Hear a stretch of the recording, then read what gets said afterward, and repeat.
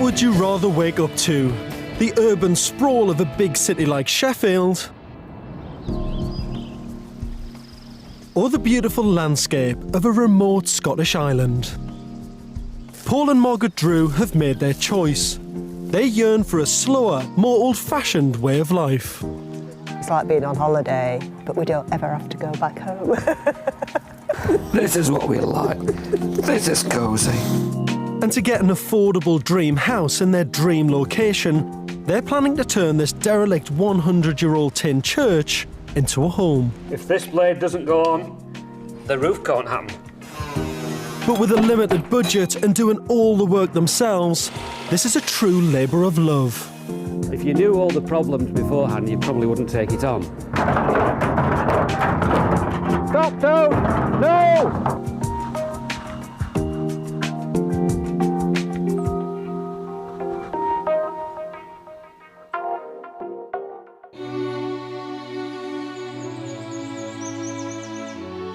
After 50 years of living in the same city, Paul and Margaret Drew have had enough of urban life, and in a search for peace and quiet, they found a home which is 1,000,000 miles away from the rat race. Perched right by the Atlantic Ocean, this tiny island is breathtakingly beautiful.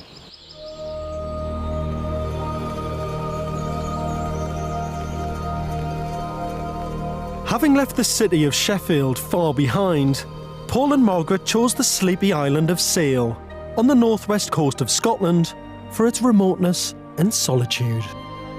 There are just 500 inhabitants, and access to the mainland is via an 18th century stone bridge, reputedly the only bridge over the Atlantic in the world. In this absolutely gorgeous location on the edge of Scotland, it seems like a mad question to ask why you left Sheffield, really. You've almost answered your own question there. You could have gone to Cornwall or somewhere warmer down on the south coast of There's England. people there. There's people there. Lots of them. people. That's true. That's true. So the remoteness and solitude is something that's really important to you. Yes, I would say so, yeah.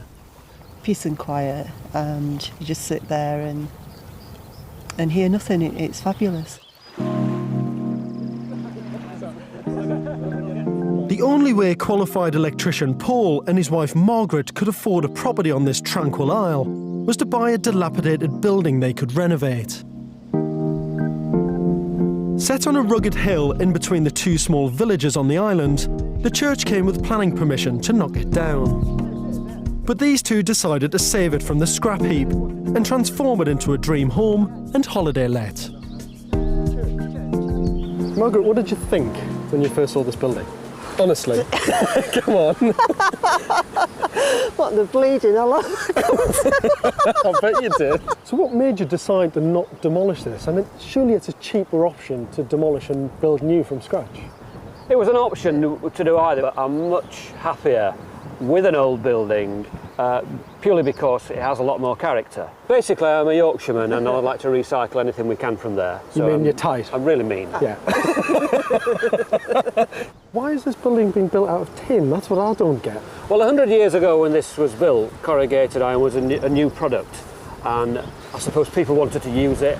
You can prefabricate it in a factory, and in fact they were shipped all over the world. So you leave Sheffield, make this massive life change, you saw a wrinkly tin church, you're not very religious anyway, and you still bought it. Yeah. Had all the ingredients for success, I think. The church cost Paul and Margaret £80,000, but when it was built in 1911, it only cost £100 and was erected by the parishioners.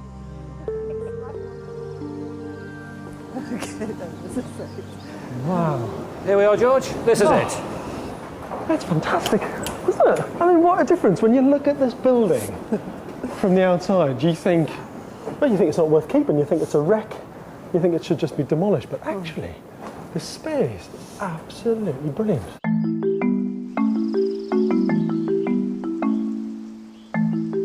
Paul and Margaret plan to give the tin church a new lease of life. The space will be redesigned to create a dream home, inspired by the 1930s Art Deco style they love. They plan to add a first floor to the building to create 3 bedrooms and a family bathroom. a galleried area will look down into the dining room, whilst a large octagonal stained glass window will retain the church theme. Downstairs, the original church doors open into an Art Deco glass-walled hallway, leading into the kitchen, living and dining room. The large windows take advantage of the spectacular views over the island. The old altar area of the church will become a holiday let that will sleep up to 4 people. Paul and Margaret have already been living on site in a static caravan for 10 months. Enchanted by the island's beauty, they've struggled to get out of holiday mode, and progress on the build has been incredibly slow. Is it an issue though that, to do a build like this, it is quite a slow process? You've fell into the slow way of life, if you like. We're in Argyll here. Things take a little bit longer, so you can't be too rigid in your plan. So you have to have several... You're slotted quite nicely into the Argyll way of life. We're getting there. It's very We're easy there. to do that. Is it? Is that a problem? No, not at all. They have a budget of £70,000, but I fear this will barely cover the cost of materials. And they've set themselves a pretty tight deadline of July, just 6 months away. So if you're going to get this place finished, how many builders have you got working on it? Altogether, Yeah. 2 of us at the moment. 2? Uh-huh. Just you 2 doing this build? What Paul and Margaret are taking on is almost a complete rebuild of this church. Just about everything here needs replacing. The tin cladding, the timber frame, the windows, floorboards and walls. It's a huge job. So really this is a self-build project. You're both going Generally, to do it yourselves with a little bit of help. Uh-huh. With some help, yeah. That's right. And you're going to be finished by July. Yes. There you have it. In one. Do I look like that's going to happen? do I look convinced? Trust me. Paul and Margaret Drew have moved from Sheffield to the beautiful remote Isle of Seil on the northwest coast of Scotland to begin a new life. We used to come up on holiday and then go into deep depression when we knew we'd got to go back home. And now we'll often say, it's like being on holiday, but we don't ever have to go back home. They've given up their full-time jobs as electrician and GP's receptionist and left behind a hectic city life. But to afford to live in their dream location, they've taken on the huge task of turning this derelict tin church into a home and small holiday-let business. Although Paul, Margaret and their companion, Bart the dog, have been living in a static caravan on site for nearly a year, the build has hardly started. To help motivate the couple to get going, I take Paul to have a look at a comparable chapel conversion in Shropshire. So Paul, I've brought you to see someone who has converted a tin chapel into a home, which is exactly what you're trying to do, isn't it? Sure. And I'm intrigued to know what you're going to think about it. Uh-huh. Wow. Look at that. Wow, that's something. You can't get more Hansel and Gretel than that, can you? There's a heck of a lot going off there. It looks like a sort of, I don't know if you imagine a cake being made of a traditional old house. And you went really over the top with it. That would be it, wouldn't it? Paul and Margaret may not share the same taste as the owners of this chapel, but I want Paul to see the choices he has, from the colour of the tin to the interior layout. Come on in. I'm looking forward to know what you think about this place here. It's quite nice. You come in right in the centre like you do on yours, but it's a smaller place. I mean, it's quite a lot smaller. I'm stunned. It's mad, isn't it? It really is. It really is, yeah. And one thing I love about this space here, as soon as you come in, Yeah. you get a sense of that Yes. fantastic double height space, the beautiful steep pitched roof coming over the top. What do you think? After absorbing the whole lot, I'd love to be able to sort of inject something of this. Yeah. Maybe not in the main place we're going to live, but in the place at the back in the letting In area. the holiday let area. That would suit it very, very well.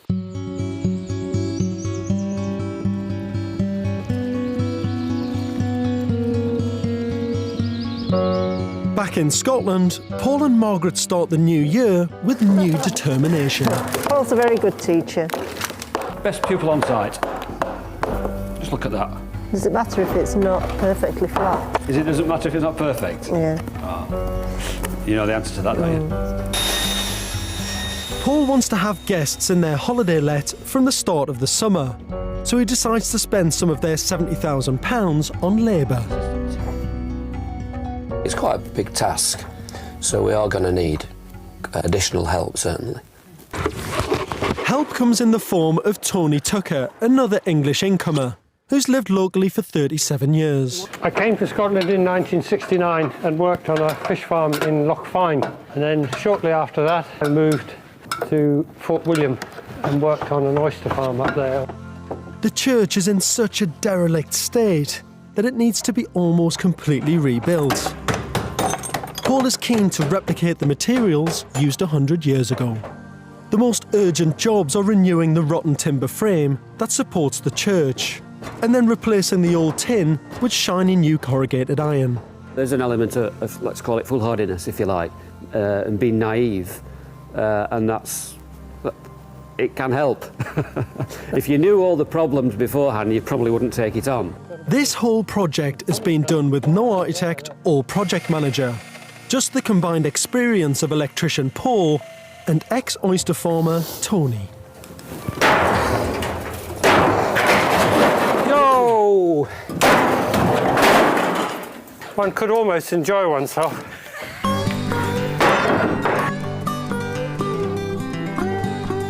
For Margaret, the move is about living a simple existence with no stress or worries for herself or her husband. I feel much freer.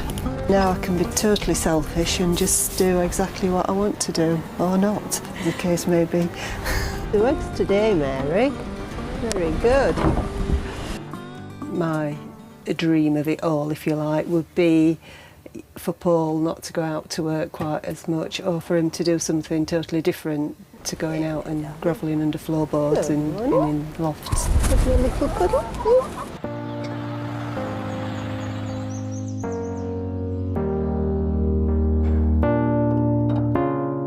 It's the worst possible time of year to tackle a build like this.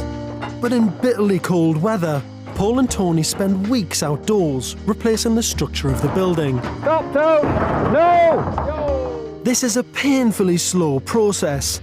They have to remove the old tin, then cut out rotten sections of the old timber frame and replace them with new handmade sections. And then put the old tin back on as temporary waterproofing.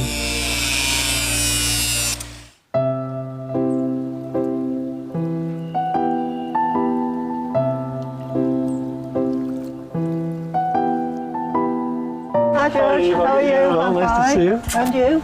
Beautiful day, isn't it? George, nice to see you again. How are you?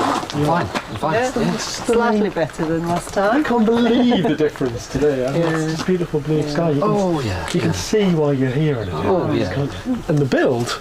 The build's coming on. It's flying, isn't it? It's incredible, really. Absolutely, I mean, it was a tin church, but all the tin's gone now from the walls, hasn't it? Yeah, for the moment. That's right, yeah. Hopefully, not too distant future, there'll be some new tin going on. So, in terms of the walls, you've got all the structure up there, all those fantastic timber frames that you've been That's building right. before, all installed. They're all in. We've actually replaced, I would think, 95% of the building, to be honest with you. Really? Yeah. As much as that? As much as that, yeah.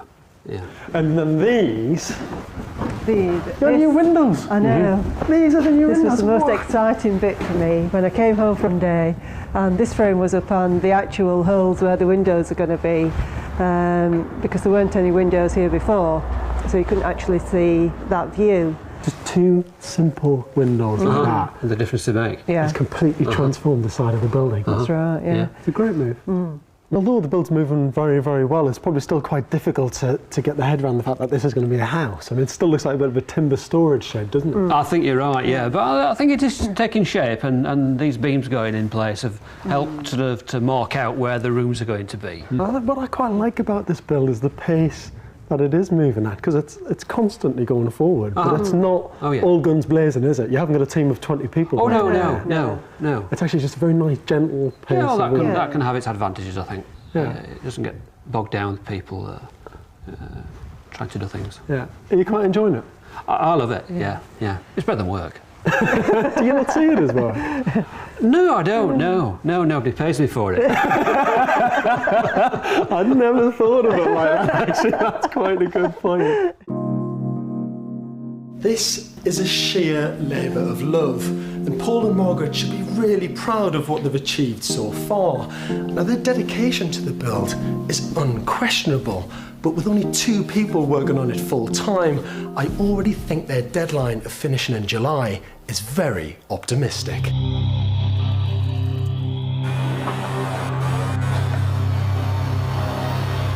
In the short March days, Paul and Tony battle on in the dark. More of the timber frame is rotten than they expected, but although this means extra expense, Paul remains determined to respect the history of the church. This is effectively rebuilt, but we're trying to inject as much character into it as we possibly can. Margaret is also doing her bit to add character to the building. She's making a new 1.5 metre long stained glass window in the Art Deco style they love. If you're going to do something, just jump in both feet, deep end, and go for it. It's looking pretty damn good, I would say. Yeah, I'm impressed.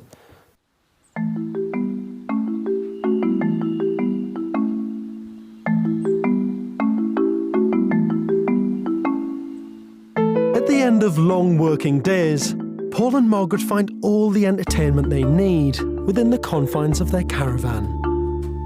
They want a simple life, and they've got one. Quite happy to just sit in on a night with a glass of wine or a dram and listen to music or watch TV.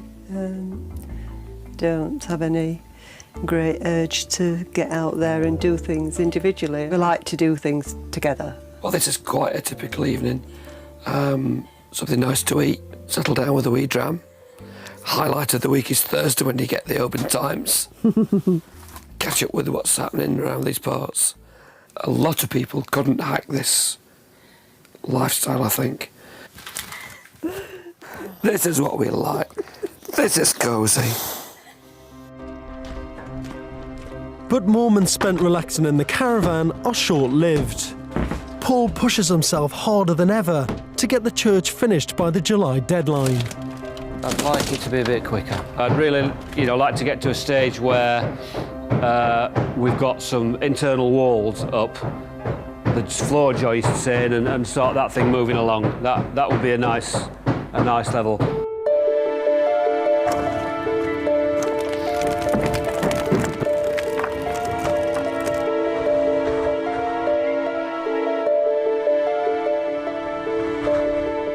Paul and Margaret are determined to keep this build on the fast track.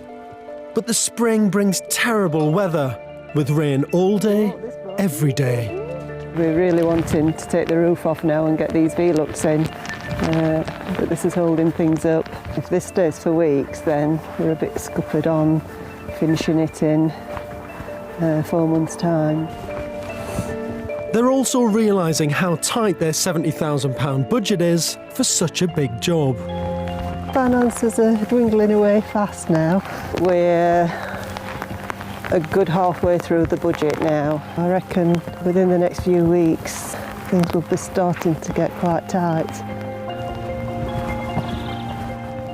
They have just £30,000 left. This has to be stretched to cover both the build and their living expenses. The longer it takes, the more we're literally going to eat out of it. We don't intend to borrow any more money. We've not planned to do that. That would ruin the dream. Having to be burdened to more debt.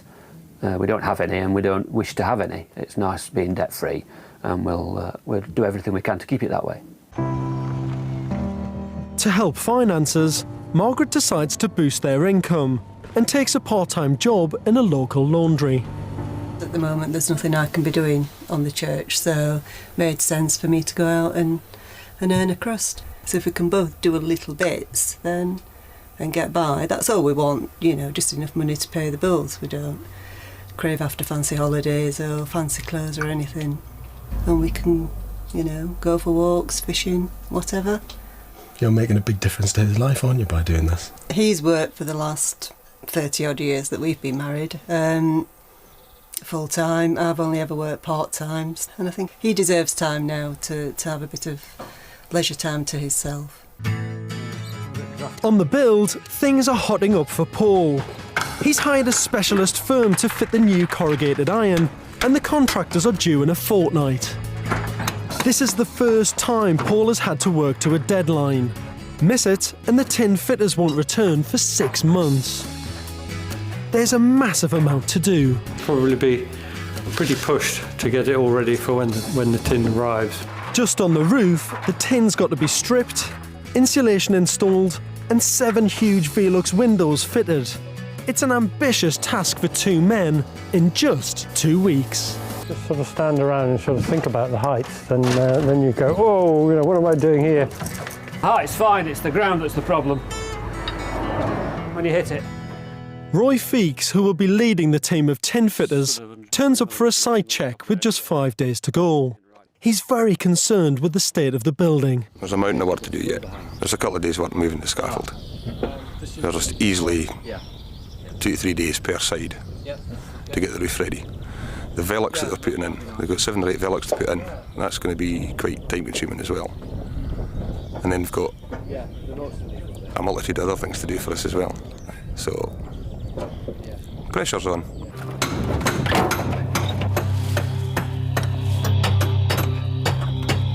Well, I think we'll go to the wire on it. If this blade doesn't go on, the roof can't happen. We did have the promise of some help, but unfortunately that's not transpired. So it's made us, it's put us behind quite a bit.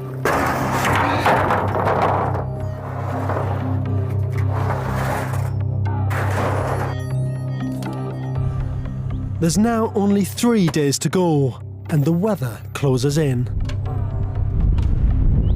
Paul is working round the clock to finish the job. If he misses his deadline, they'll be stuck in the caravan for another winter with no income from the holiday let. It's a bleak prospect.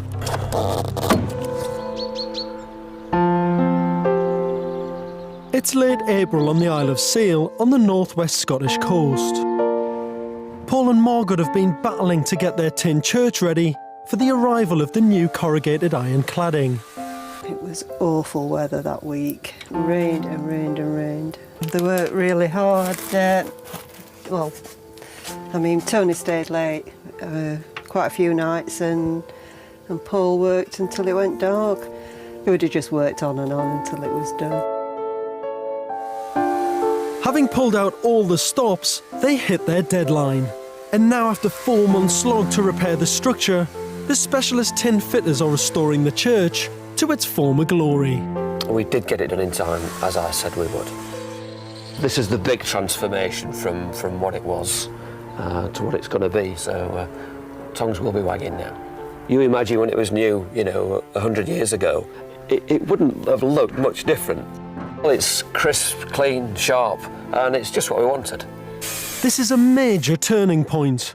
The church has been rejuvenated from a derelict wreck to a solid new home. We're on a mission and we want to complete it, and so you don't really often get time to sort of dwell on have a good look round and see what's happening, and I am in awe of it, really. With the building springing back to life, Paul and Margaret receive a visit from Isabel Smith, a local islander who worshipped at the church as a child. Of this building.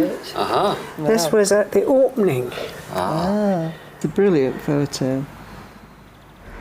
It was the annual general meeting of the congregation of the church, see, and they had the business and then a bit of entertainment. Oh, good.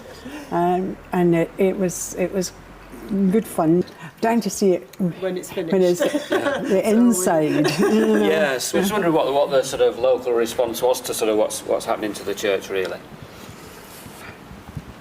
Well, I think, most people would be glad to see it getting redone. That's the general impression I get, Oh, that yes. from people who seem Yes. to be pleased. That's what they're telling me to my face.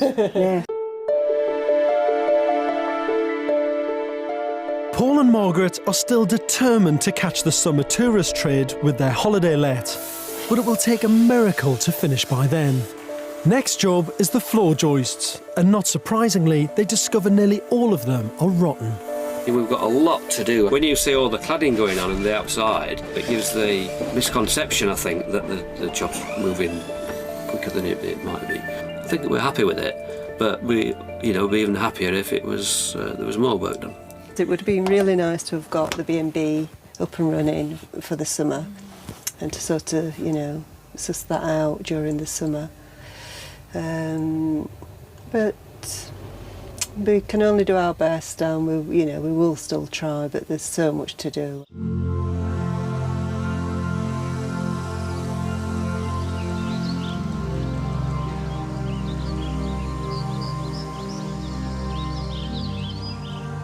When I first saw this old wreck of a tin church, I must admit I didn't think it was a building worth keeping, but I was wrong and Paul and Margaret were right.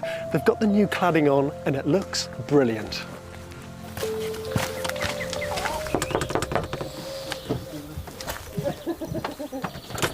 Good morning. George, Hi, how are Paul. you? How are you? Good to see you. Good, yeah. Hi, Margaret. Yeah. Are you well? Very well, thank you. But I think it looks wonderful, doesn't it? Incredibly crisp. And I must admit, because I'd never seen a sample of it, I was thinking, I wonder what it's actually going to look like. I think you're very brave. Because a lot of people might hate this. I think it's a love or hate thing. People keep using this brave thing. I think it's a pure foolhardiness. It just take on different colours in different weathers, If the sun's shining, it's quite bright as you come up the hill. If it's a bit dull, it takes on a more grey sort of colour. And sometimes it just looks white when you come up the hill. What do the locals think of this? I mean, have they been driving past expressing their opinions on that? The opinions to our face? Well, they've all been very favourable. That's good. Now, what about windows? What have you gone for? Because I know because of budget issues, you've had a number of options, haven't you? Whether it's been steel or aluminium or even timber as a cheaper option. That's right. Well, because of the budget, we have now one option. Right. Which is? Which is wood. The steel windows, which we would really have liked, were going to cost going on for £20,000. Right. We did look at aluminium windows, but they were about 13, and the wood are 6. If we'd have spent 20,000 on windows, that would have been the rest of our budget blown.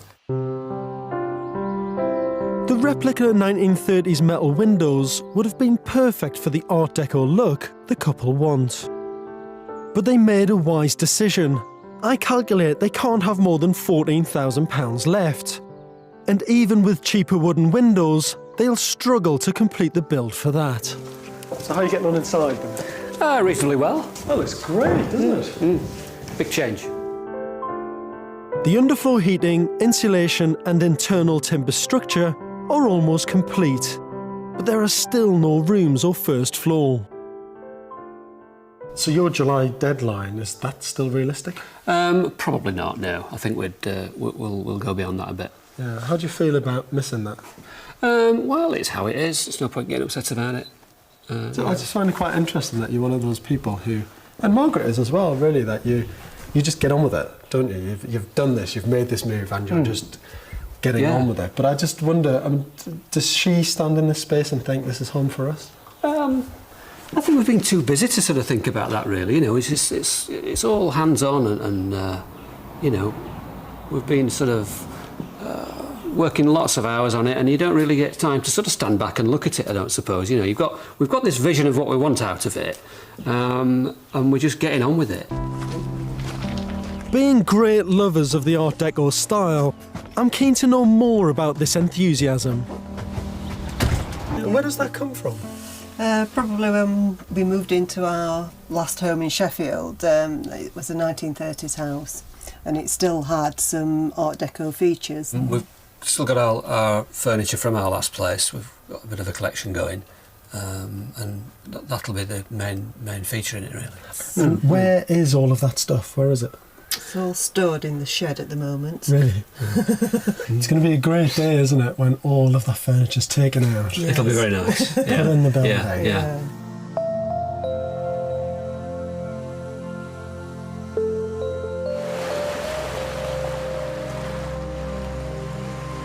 Paul and Margaret's passion for Art Deco takes them on a 700-mile round trip to Yorkshire to buy fittings for their chapel interior.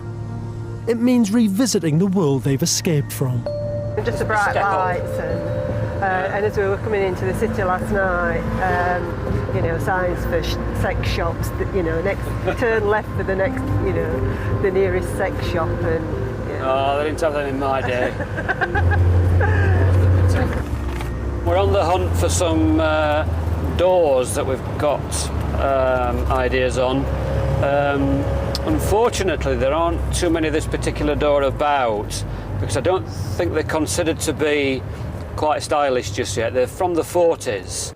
That's the sort of door we're looking for. Ugly, isn't it?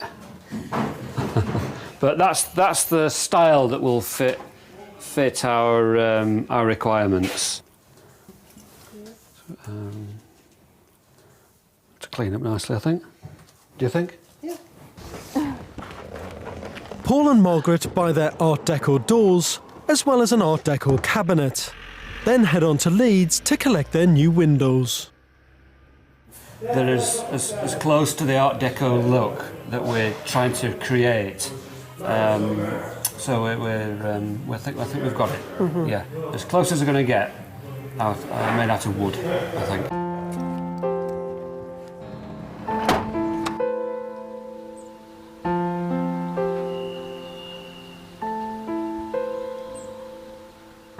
Summer arrives, and with the holiday let far from finished, there'll be no paying guests for the start of the short tourist season.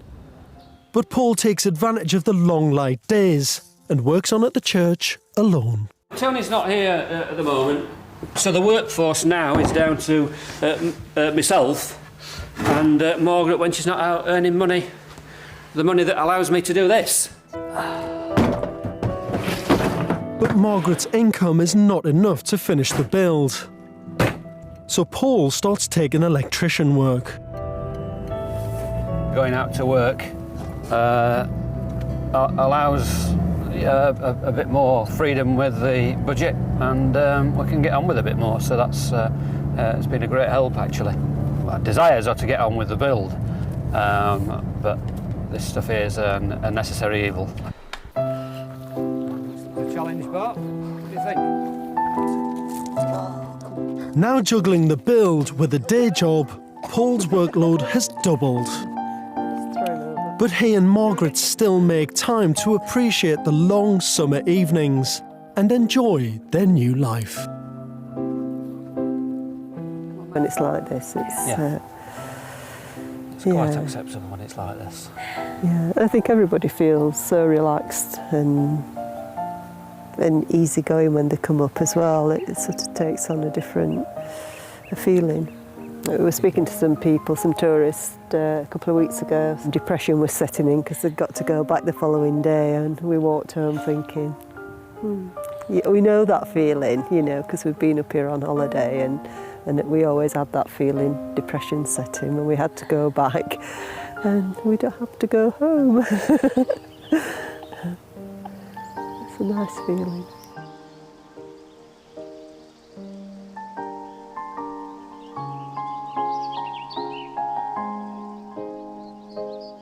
For Paul and Margaret, this beautiful island may be their own small corner of paradise, but their actual home still has a long way to go. So how are you getting on then? How's it going? Pretty good. It's coming on good. You've got all the stud partitions up now, haven't you? I mean, all this... Most of it. Looks good. We've got the kitchen formed, the lounge formed, that's all in place, the insulation's in, the underfloor heating's in, the floor's in over. My worry, obviously, is how long is it going to take you to finish it? Because you've moved it on fantastically. I mean, you know, and you're on your own now, really. That's right. No one else helping you. No. All by yourself on this build from now on in.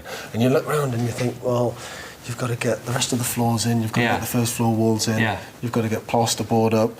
painting and decorating, floor finishes, bathrooms, That's right. kitchens, toilets, the lot. Make it sound such a lot. So how long is this going to take now?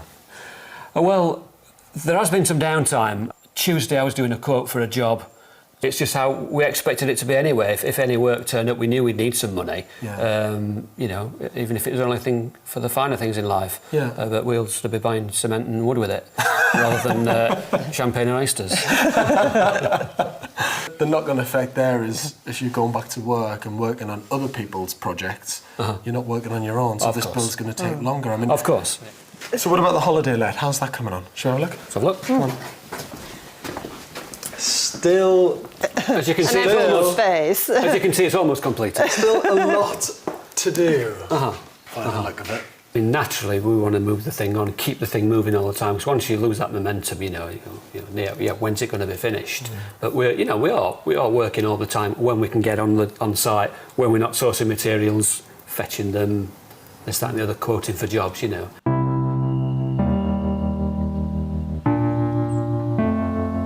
Paul and Margaret have missed their July deadline. The house is nowhere near finished and the holiday business isn't open, which is really, really disappointing. But don't give up on this couple. They're absolutely determined. And while the Scottish summer is still here, the challenge now is to push on and get this finished before the bad weather kicks in.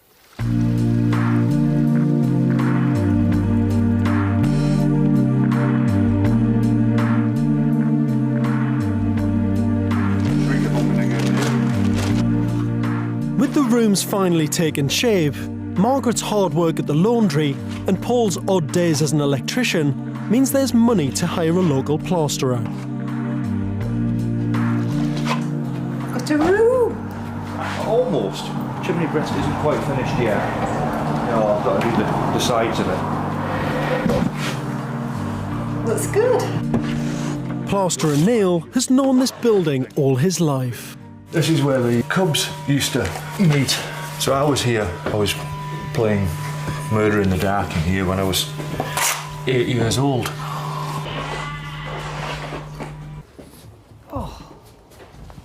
Paul and Margaret finally begin to install the windows. With the holes unboarded for the first time in months, they can finally appreciate the very special location their new home occupies. Quite nice. Sitting there looking out on this lovely view that we've got. See more of the water than I thought we would. Yeah, it's quite a nice view from here. Yeah.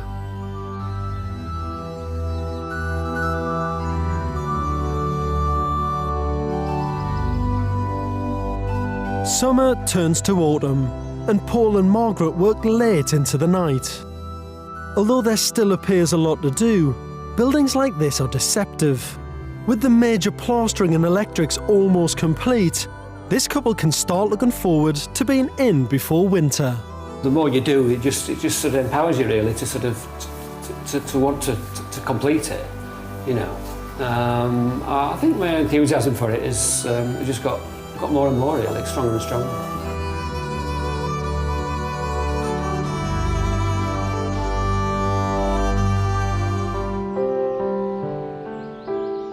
It's now 10 months since Paul and Margaret began the mammoth challenge of transforming this rusty wreck into their dream home on the stunning Scottish Isle of Sail. The last time I was here, Paul and Margaret were far from finished. The old tin church didn't really have anything. No walls, no electrics, no plumbing, and no windows. And money had almost run out. It's now 3 months later, and I've come to see if they've done just enough to be able to move in, or whether they're facing a long, grim winter in the caravan.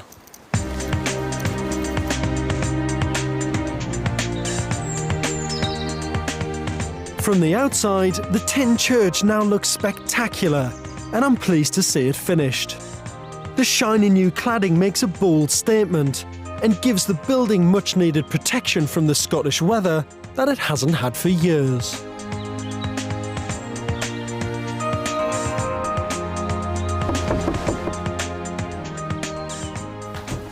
Morning. George, how the devil are you? Come into the wall. It's freezing outside. Really? Oh, it's nice and warm here.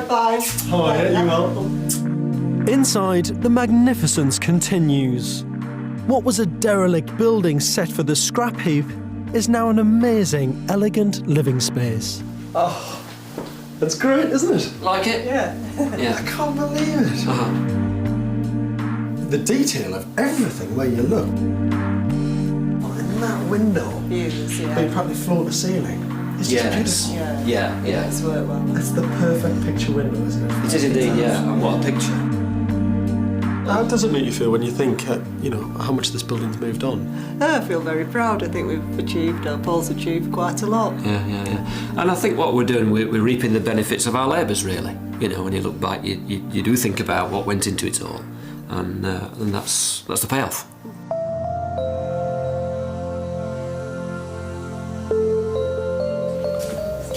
This is the dining room. Wow. Look at the furniture you've got in here.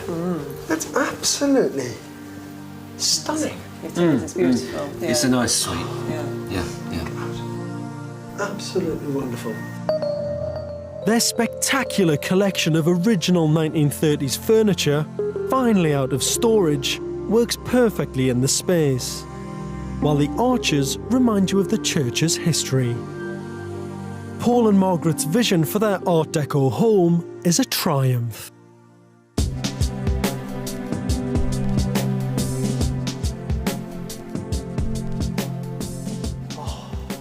Wow. Look at this. Like it? All part of that Art Deco theme that you just love. Yes.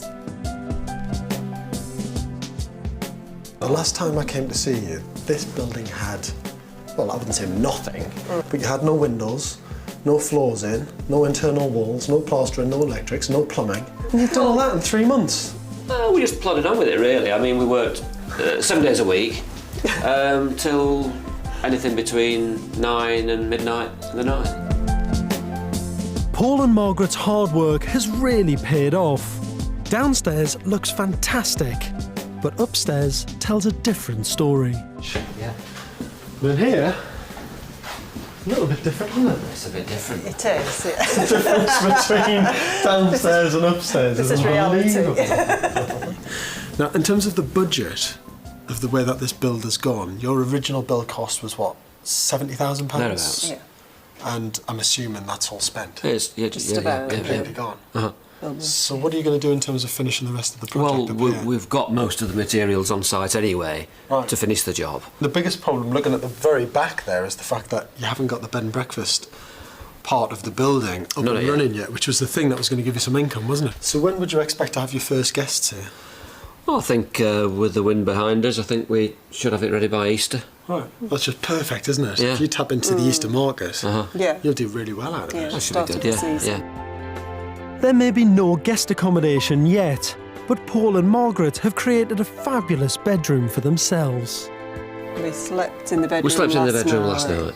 First night? Yeah. What was yeah. that like? It's quite nice to get up this morning and actually get out of my side of the bed instead of having to crawl across the bed to get out. And I've just noticed down at the very end, there's your stained glass window. Oh, that's really good. I'm really impressed by the way Paul and Margaret have approached this huge adventure in their lives. For them, it hasn't been about deadline after deadline after deadline. The journey has been as important and as enjoyable as the goal. Now, despite the chapel and the B&B not being totally finished, their dream was to live a quieter and simpler way of life. And I think they're already there.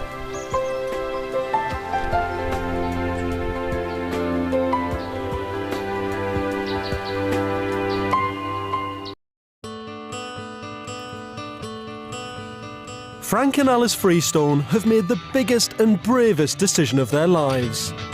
They're starting a new life and business in Croatia, running a nature retreat in the middle of the mountain wilderness. If we can pull it all together, we get this business up and going, we won't be working, we'll be actually living. Before they can open for business, they face the challenge of renovating this derelict house. The chimney's not finished, the roof's not finished, the doors don't fit properly. We just want you to talk to us. Just totally pissed off with the whole situation at the moment. It's now a bit of a mess, isn't it? Really, you're in a real mess. It's going to take determination and every penny of their life savings to make this dream work. If this falls through, I'd go back to the UK and I'd go in a council house. I wouldn't even bother to come out and cut the grass.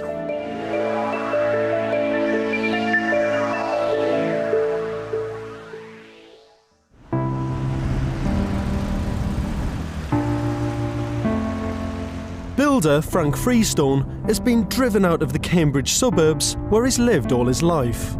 The countryside is forever creeping away from me. When I was a child, there used to be trees everywhere and all around the village and lots of woods and everything like that. And this used to be all farm down here. They built all this lot did. You can see where it's all going. So Frank and his wife Alice are moving overseas. They're selling the home Frank's lived in since he was born, which contains a lifetime of memories.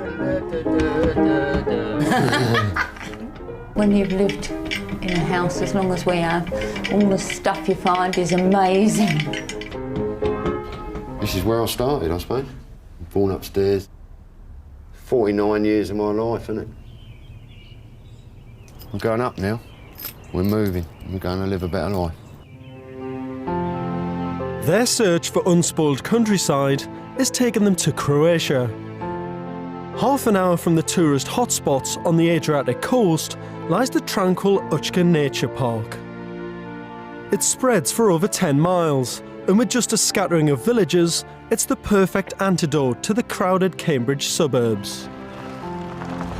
This is truly breathtaking, but extremely remote. I can imagine it's a challenging place to start a new life, let alone a new business. But Frank and Alice aren't daunted. When most people of their age are planning a comfortable, cosy retirement, they're about to begin the adventure of their lives. Hi, George. How are you? Nice to meet you. Nice to meet you. Hi, Alice. Hi. Are you well? Yeah? How you doing? Come and see what this is all about, George. I want to see what you bought. It's stunning spot. Come and have a look at this. This is so beautiful up here, isn't it? What do you think? Right. Stunning. Our whole life is going to begin on that piece of land down there. Round about there is 13.5 acres of absolutely beautiful countryside. We want to live amongst the nature, the wildlife. Every step you take, the grasshoppers are jumping around you. Butterflies just come and land on you. I feel like we belong there. I really do. That's our future. We're so excited. Yeah. We really are excited. And at our age, when we get excited, that is something outstanding. Frank and Alice have bought 13 acres of land and a 200-year-old farmhouse. There's no other property in any direction for 2 miles. Wow. So this is it. What do you think, George? Absolutely Do you beautiful, isn't understand it? why we fell in love with it? I do. It's in the most idyllic, quiet spot you could ever imagine. We're so lucky to find this. How did you come across it? It was advertised on the internet and we came over for a week and we just fell in love with it. How much did you pay for it? We paid. It worked out to £56,000. That is an unbelievable bargain. 13.5 acres, a beautiful old building. What do you plan to do with it? Alice? Well, we'd actually like to turn it into a wildlife retreat for people to come and stay with us. Our plan is to have 6 log cabins and then we'll turn the house itself into a lodge. They want the retreat to have a real sense of seclusion. The 6 log cabins will be built in the woods at the back of the house. The house itself will be converted into a lodge that Frank and Alice will share with their paying guests. The lobby and reception area boasts a gallery that will let natural light flood into this open space. The dining room will be a place for the guests to relax in after a long day's nature watching. Upstairs are Frank and Alice's private quarters. There are 3 bedrooms, all with spectacular views across the nature park to Učka Mountain. To afford this dream, Frank and Alice have sold their UK home and cashed in all their savings. This gives them £165,000 to build the retreat. It may sound a healthy amount, but the last time this house was inhabited was in World War II. It has no electricity, gas, or even water. Now let's see just what you've taken on here. Wow. Just a small building project, Frank. Yeah. Looks daunting, but I can see the end product. And I know. Can you? Yeah, I can. Even in this condition? Yeah. You can see the end product like this? I can. Yeah, I can. It's a great building, though. Yeah. I mean, it's got a lot of character to it, hasn't it? It has, yeah. In addition to this huge restoration project, they also have to build 6 log cabins for guest accommodation. But there's a small matter that could ruin their plans to open for business next summer, just 8 months away. Now, 6 log cabins in amongst beautiful parkland like this. Have you got planning permission and everything for those? Not yet for the planning. You haven't? No. No, this is... all the planning has been submitted and everything. I mean, if you don't get planning approval for these 6 lodges, yeah, the dream falls apart. We've got to get there. We've got no option. This is the most magical place, and I can see why Frank and Alice have been seduced by it.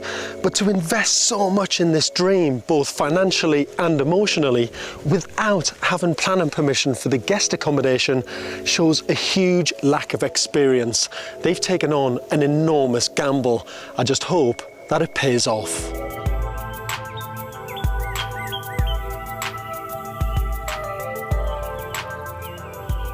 Frank and Alice Freestone have turned their backs on suburban retirement to undertake the biggest adventure of their lives. They've sold their family home in Cambridge and bought 13 acres of beautiful parkland in Croatia. Their dream is to run a nature retreat in this remote mountain wilderness. I get up in the morning, I look at all this, all the way around us, and I see the birds in the trees, and I just know it's right. I know. Got to be here. It's November, and after 2 months of planning bureaucracy delays, Frank and Alice can finally start building. Turning this pile of stones into a guest house is going to be a huge job. So with their budget of £165,000, they've hired a team of 6 builders, headed up by Croatian architect Nenad Konkal. That's yeah, first. oh yeah, Round, the kitchen. Yeah. Kitchen, yeah.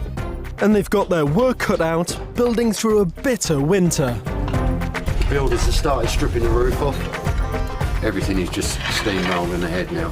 They're talking about 2 months. If they do it in 2 months, well, definitely be a feather in their cap. 2 months to complete the exterior is an incredibly optimistic deadline, but they're certainly off to a fast start. The next job is rebuilding the 2 collapsed stone walls. They are picking the right stone. Picking the right stone to make it more natural and more old-fashioned. To see this all going ahead, it's really lovely. Really getting excited now. No, I'll tell you what, I'm impressed. I'll tell you, if you had a gang of blokes like this in the UK, I'll tell you, you'd make a bloody fortune.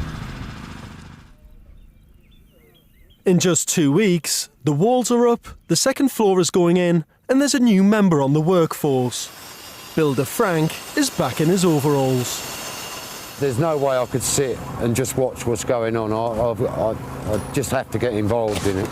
The first week was a little bit dodgy. I mean, they didn't quite know how to take me and everything like that. But now we get on really well. We have lunches together and everything. It's a good working environment. That's lovely. Good, no? Meanwhile, Alice settles into a quieter pace of life in the caravan. Well, they call us the mad English people down in the village, but I actually love it being up here on my own. I think it's making me appreciate a lot more of the simple things in life. I don't miss the television at all. Occasionally we put the radio on.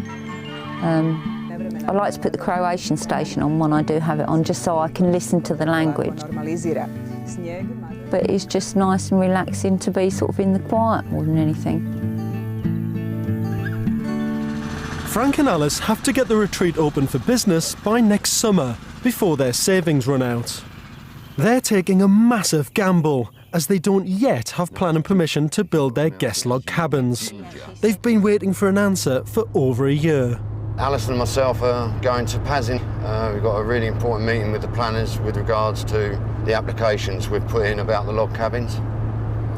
I just hope we get a really good result from this. It's so important. This could be the turning point, I think.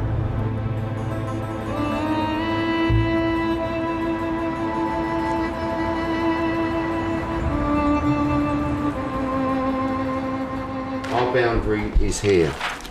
Kaže, njihova granica od njih što su kupili, znači ide tu na ovu stranu, jel? 874. je bila talijanska obitelj. But the meeting is not the turning point they'd hoped for. They're left confused and no closer to getting their permission. It's been a language barrier. It's understanding what you have to do. It's just a bureaucracy. I mean, it's driving me up the wall. As you see from that meeting, there is just no way that any British person can actually come over here and carry this out on their own. The log cabins are at the heart of the retreat. Without them, Frank and Alice have no business or future in Croatia. They've now been here for 2 months, and I'm worried they're committing more and more to this dream without having any guarantees of ever getting that vital permission.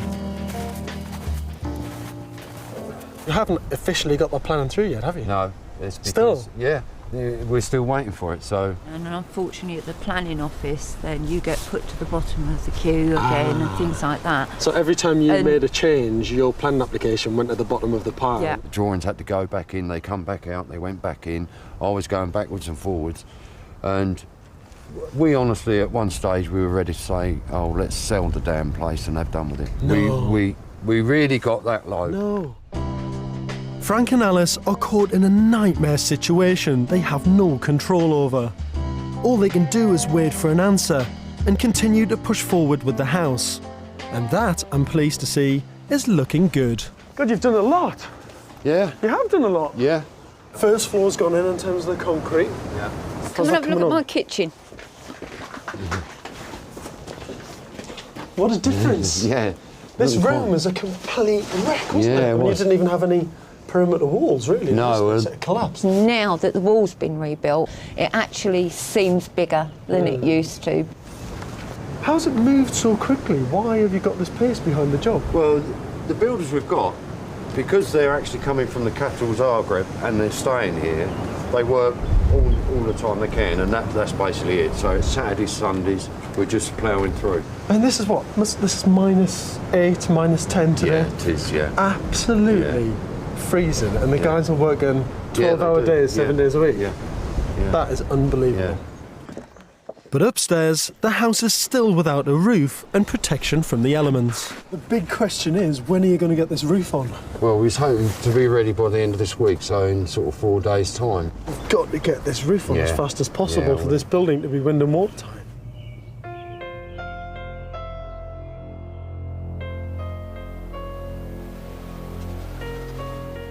But a few days after my visit, temperatures plummet to their coldest in decades. Even the hardy builders can't get up the mountain road, leaving Frank and Alice all alone in the caravan in -20 degrees. Frank, can you put the generator on for me? The sink's iced up. Come on, baby. Bloody generator won't start, Alice. But I do worry about Alice, and I worry about, getting supplies. Because we've got we've got radio, but we couldn't understand the weather forecast, so it completely caught us by surprise. We didn't expect to get the second lot of snow, I must admit, and to get so much of it.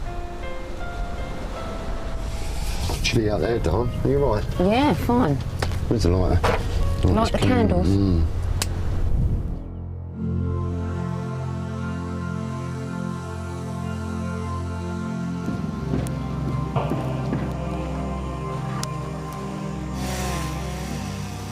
2 weeks later, the snow's thawed, and the builders returned to make a start on the roof. Because labour's cheap here, it's cheaper to buy nails than to pay a man to knock them in than what it is to buy one of these. I'm going to see if I can get Steph to have a go with this. I am. Come on, I want you to have a go. Yeah?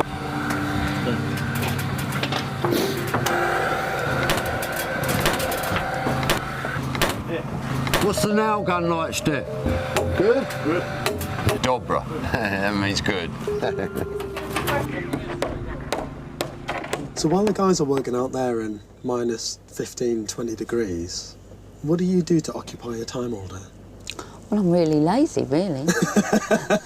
It's lovely. I'm really enjoying it. I've never read so much in all my life, and I sit in here and I read. I have actually started making cakes, though. In the mornings, I've been making a cake for the builders. At this rate, Frank might struggle to get you in the house when it's finished. You might just hide in the caravan for the next few years. He has actually said that he's moving in the house, I'm staying in here. I knew it. And you're in this position where you're spending 24 hours a day, 7 days a week with each other all the time now. How's that working out? The fact that we actually don't get on each other's nerves is incredible, so that really goes to show how happy we are here. It's nice after all this time of marriage to actually be just together. I thought I'd do the same as the rest of you, nothing all day.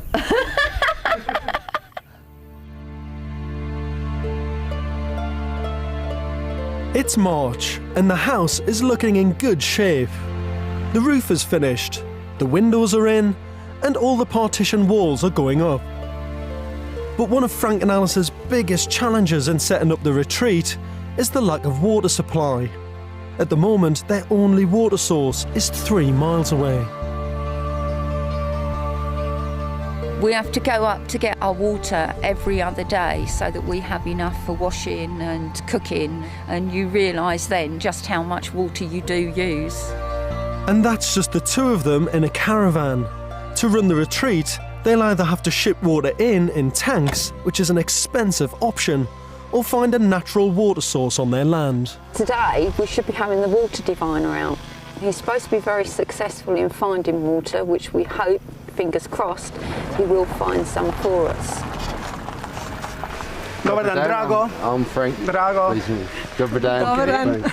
A water diviner, I mean, if I was to tell my friends that we had a man walking around here with a twig in his hand, I suppose people would think you're a little bit nuts, but I mean, what other options do we have?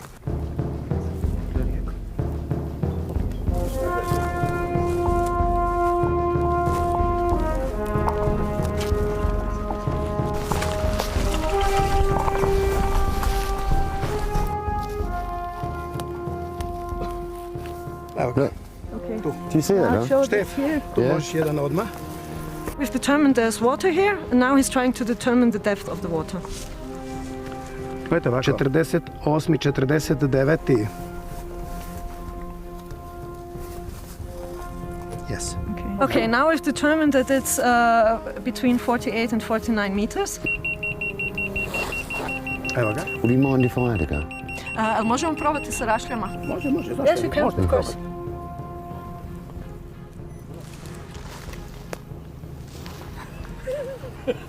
Mene školu bude neke platili i budemo doma. I don't believe that. Majka Božja. Ni to danas. It's amazing, isn't it? Yeah. Do you see that? To još uvijek je tu. I'm the one that, if anything, I wanted to prove him wrong, but it just done it. It's amazing. It really is amazing. Yeah, perhaps I ought to not pay him now and find it myself.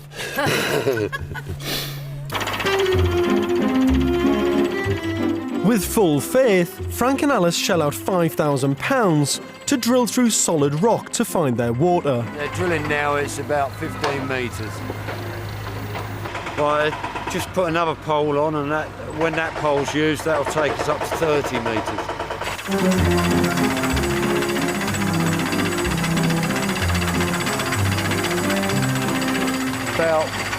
About 44 metres now, I should imagine. What we've actually got coming out of the hole is this. It's dry and dusty, and what they've actually said is, this is what you want. One's actually laden with moisture, and the other one is just dust. They've hit 48 metres, the depth the diviner predicted there would be water. But all they've got is dry soil. They decide to give up. That's $5 grand down the drain. Well, what happens now is we ship the water in, but that is going to work out expensive. I'm really disappointed. To have spring water being shipped in all the time and the amount we are going to use, it's just, you know... Puts the costs up for everything, doesn't it? Yeah, of course it does. But there's worse news to come. With the start of the tourist season just 3 months away, Frank and Alice finally hear back from the planning office. They've been refused permission to build their guest accommodation. All they can do now is appeal. If they say no, if they come back and say, we will not grant permission to you for these log cabins, what happens then? We still want to stay here, don't we? We love it here. We definitely still want to stay here. It's the economics though, isn't it? I mean, how can we stay here if we've got no income? Honestly, I think if this falls through, I wouldn't bother to work anymore. You'd be devastated, absolutely. I would be. I'd go back to the UK and I'd go in a council house and that'd be it. I wouldn't even bother to come out and cut the grass. I don't think you'd do that. I think I would do. Just how you No, feel I would at the do. moment. I would. No, it's not how I feel at the moment. When you work your whole life and you get to a stage and you plough everything into one dream, and then if that's cut off and that's it and you can't go on any further, what would you do? I don't want to sit. Don't cry. We're going to be okay. Don't get upset.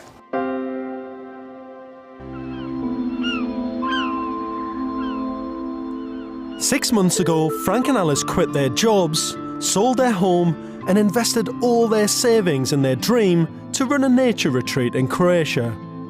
But they've had a huge setback. Planning permission to build their guest accommodation has been refused. Their only hope now is to appeal. We're determined that we are going to do it. We're determined we're going to stay here because we love it. So we've got to find a way. We won't just give in, that's for sure. But with Frank and Alice continuing to go round in circles with the planning authorities, I decide to talk to their architect Nenad to see if he can help find a solution. So Nenad, you're saying that the only way they can get permission for the log cabins is once they've done everything with the house, the infrastructure, the services, the electric, the gas, everything. Everything, yeah. Then they allow permission for 6 log cabins. You promise me? Yes. This is great news. The race is now on to get the house finished so they can resubmit their application. And this time, they have their architect's word that it will be approved. Do you think we'll have any problems like we had last time? No. I can promise you. Frank and Alice pull out all the stops, as the quicker they finish the house, the more time they have to get the cabins built for the summer season, which is now just 3 months away. Voilà. See you. Inside, the house has been plastered, plumbed and wired. I know we're having underfloor heating downstairs, yeah. but we've got radiators up here, so under the windows in the bedroom. And we also want them on the stone wall. Alice is on the case to get the gas and electrics connected. Double down, is Mrs. Raffaella there, please? And the hall is prepared to house those expensive water tanks. So Alice, the house is looking great, isn't it? Oh, well, that certainly is now, yes. Is it starting to feel like home for you now? I do like it. I do like the design. I like the open bit so that you can see right up. What are you actually going to do, for the house and the business and everything when things are up and running? What's your role going to be? Chief cook and bottle washer, I think, to start with. I'm prepared to do anything that I have to do to get it running. Keeping Frank organised? Yes. He can be out here wandering around. And whose dream do you think this is, Alice? Because to me it always seemed like it was Frank's dream at the beginning, but is that starting to change? Originally I think it was, but it's our dream now. Definitely.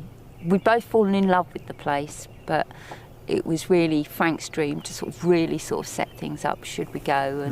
But it is my dream now, and I'd be just as devastated as him if anything went wrong. With the dream in their sights, Frank and Alice can start looking to the future and planning for the business. Frank's idea is to run nature trails for guests and share his passion for wildlife. You're definitely going to have to squat up on all the different types of plants because most of the plants, Alice, I haven't seen any of them before. No. I mean, there's such a variety, isn't there? We're going to have to get a book on alpines, Alice. I mean, look at it, look. It's just a dream, and to see the faces of other people when they see some of the wildlife we've seen. Oh, that's pretty. Pretty, isn't it? Since he was a little boy, he's always been one of those people that has to pick everything up. He looked under every stone when he was a child, so it's absolutely heaven for him. If we can pull it all together, we get this business up and going, we won't be working, we'll be actually living. And I believe that's what you're on this world for. You're on this world to live, not to work.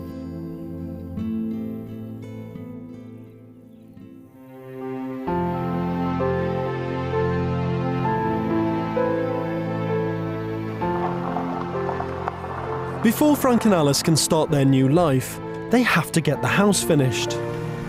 They thought it was nearing completion, but Frank's just been told by the builders that because of a damp problem, they're now going to have to undertake major groundworks.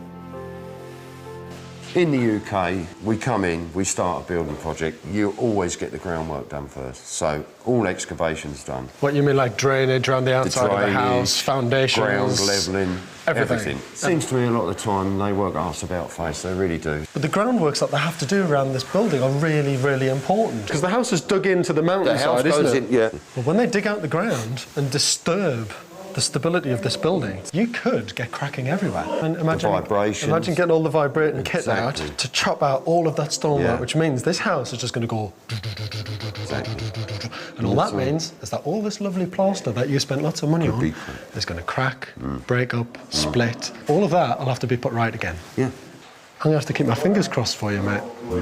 Everything else as well. Every finger, every toe. Yeah. Keep them crossed because this could go horribly wrong. Yeah, it could do.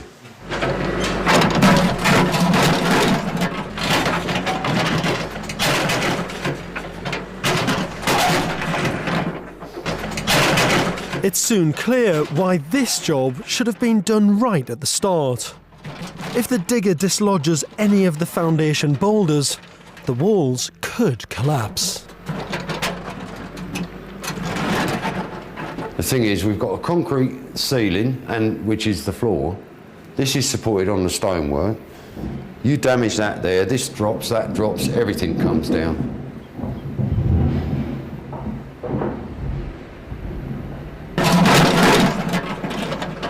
Christ, you see, I can feel the floor going up and down as he's digging that.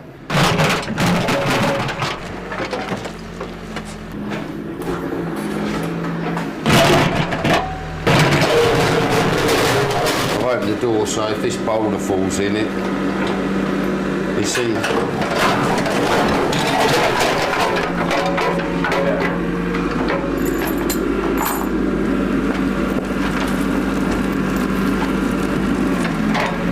When you've got a great big digger like that right next to your house, it is a bit frightening. The excavation work will continue for weeks. They have to dig a 3-metre wide trench all the way around the house. Now, because this old house is dug into the side of the mountain, it's caused a lot of problems for Frank and Alice because all of the water has been seeping into the building. But this wall now has to be completely rebuilt, put back with concrete and fully damp-proofed. And that is at least another 6 weeks' work. This is a mountain of extra work. And just when they need all the manpower they can get to meet that summer deadline, the builders are nowhere to be seen. The last time we see the builders was 13 days ago. So, you know, we're just getting totally pissed off with it now, you know. Nobody's rung up with an explanation or anything. you get to wonder if you're being taken for an idiot or something, you know, that's how you feel.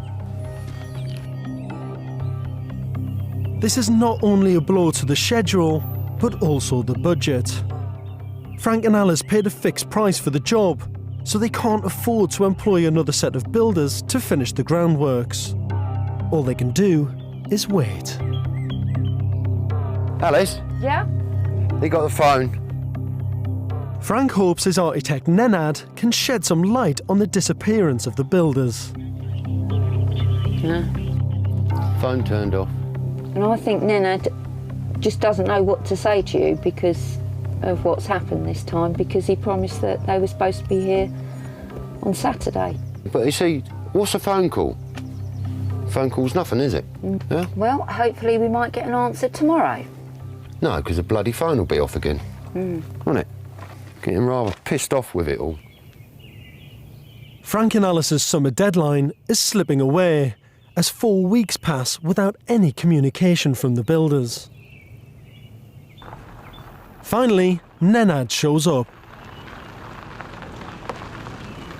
Did you thought that I wouldn't come or what? Beginning to think that. Yeah. Because your phone's always bloody off. We just want you to talk to us. Let's get this sorted out. If Steph's not going to be on the site, why the hell don't he tell me? What? Well, he's just after Easter, boom, gone, not back. Do you think that I did believe that Yeah, he but will it's be not- even today here? Yeah, but we've got so much else to do, Nenad. It's also so that we can get on and get the permission in for the cabins as well, that we get everything done. The windows, look, chimney's not done. they're not Yeah, finished. that's not The done. chimney's not finished. The doors don't fit properly. It's so much to do. Nenad tries to locate the missing builders. I trebali samo uzeti točke, zabiti kolce gore za generator I za jamu. Da. Nobody wants to work, and right now it's season, and they are waiting for opportunity. That's my judgment. He can't get a straight answer as to when they'll be back to finish the job. You know what it is now. It's coming to near the end of the job. They've had nearly all the money. Yeah? Well, that's And what it feels like to us. That's what it anyway. feels like, yeah. To us. To us, yeah. That's what it feels like. Yeah, so, you know, now they must probably start another one where they can get big bucks out of. That's what it is. I'll bet you anything you like. The house is still such a long way off from being finished. There's the kitchen and bathrooms to fit, flooring to lay, a staircase to build, and all the decorating to do, not to mention the labour-intensive groundworks to complete. So with no clue if or when the builders will return, Frank and Alice decide to plough on with what they can by themselves and make the 2-hour drive to their nearest DIY store. As it is now, we was hoping to be open midsummer, latter part of the summer, wasn't we? Yeah. But now we're in a situation, if they can't complete it soon and get the job finished so we can be open this summer, what is the point of me having them? Stop being so negative. Yeah, but if I was running All right. when I was running our company, Stop moaning. If I said I've I'm not heard enough. moaning, I've heard if enough. I said I've heard enough of it. that I was starting a job at a certain I date, know. there'd be all hell let loose if I didn't start it that day. Yeah. You know, I mean, Manyara's all right, but not in our situation, is No, it? it's not.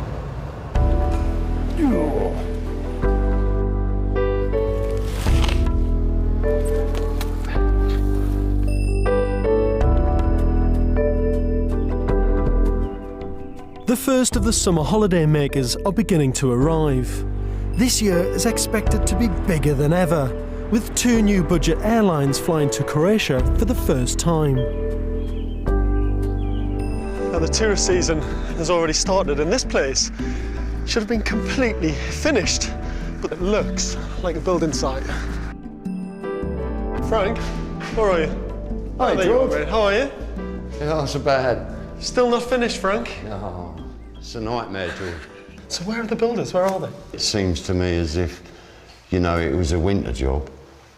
there seemed too much rush to get the roof on so they could work inside. And the good weather come, hard work starts outside doing the groundwork, and there's nobody here.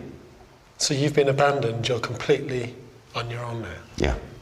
To top it all, because they haven't been here for 6 weeks, our schedule is completely out the window. Is it? I mean, to get the planning permission for the cabins, the house has to be completed, right? So the longer the house takes to do, the longer we have to wait for the cabins. So are you saying that the log cabins are not going to happen for the summer? Definitely not this summer. No way? No way, no way. It's now a bit of a mess, isn't it? Really, you're in a real mess. So what are you going to do, Frank? Well, unless I can get a really good builder, I'll just do it all myself. But you're never going to do all this, not on your own. You know what it's like. Well, every job takes 3-4 times the amount of time it should take when you're doing it by yourself. If it does work out that I have to do the work myself, you know, it won't be long before winter comes around again. And I don't think I can spend another winter in the caravan. I don't want to come back in the winter now.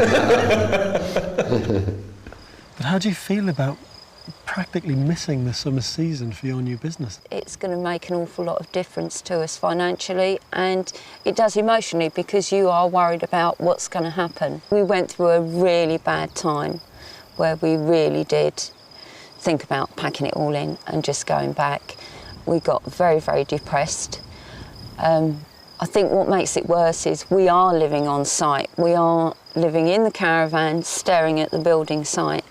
And when nothing's happening or you can't do enough yourselves, it really does get to you. When I think about what you've taken on here, and you know, all the financial pressure and this enormous commitment, I mean, you know, you're giving everything up for this dream. The thing that keeps us going is when you look at the view and when you go out and you realise why you came. But dreams don't normally come easily, do they? No, they don't. I really admire Frank and Alice's determination, but their situation is looking desperate. If they don't get help and are left trying to finish the house all by themselves, they can write off the summer season. They need nothing short of a miracle.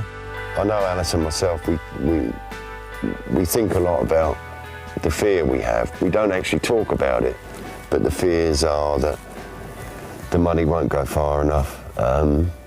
The cabins, if we do get them up and going and everything's right, will people enjoy it here? I just hope it does all work. I don't know where I'll go if it doesn't. What I do? Perhaps I should become a Croatian builder. I don't really know. For the last year, Frank and Alice have been struggling to open their wildlife retreat in Croatia.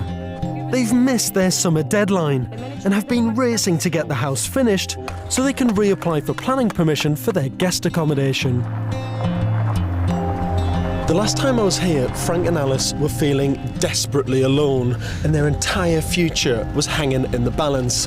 3 months later, I've come back to see if they've been able to hold on to the dream that they so deserve. Morning, Frank. Good morning, George. How are you? Yeah, okay, fine. Good to see you. Morning. The caravan's still here. Are you still living in it? No. You're out? Finally moved out. Oh, that is fantastic news. But the outside looks brilliant. Yeah, really good. Yeah, the pointing up's been done and the stone facade around the windows. Really nice. That's been some hard graft for you, hasn't it, as well? Oh, it has. You can come and have a look? Come on, then.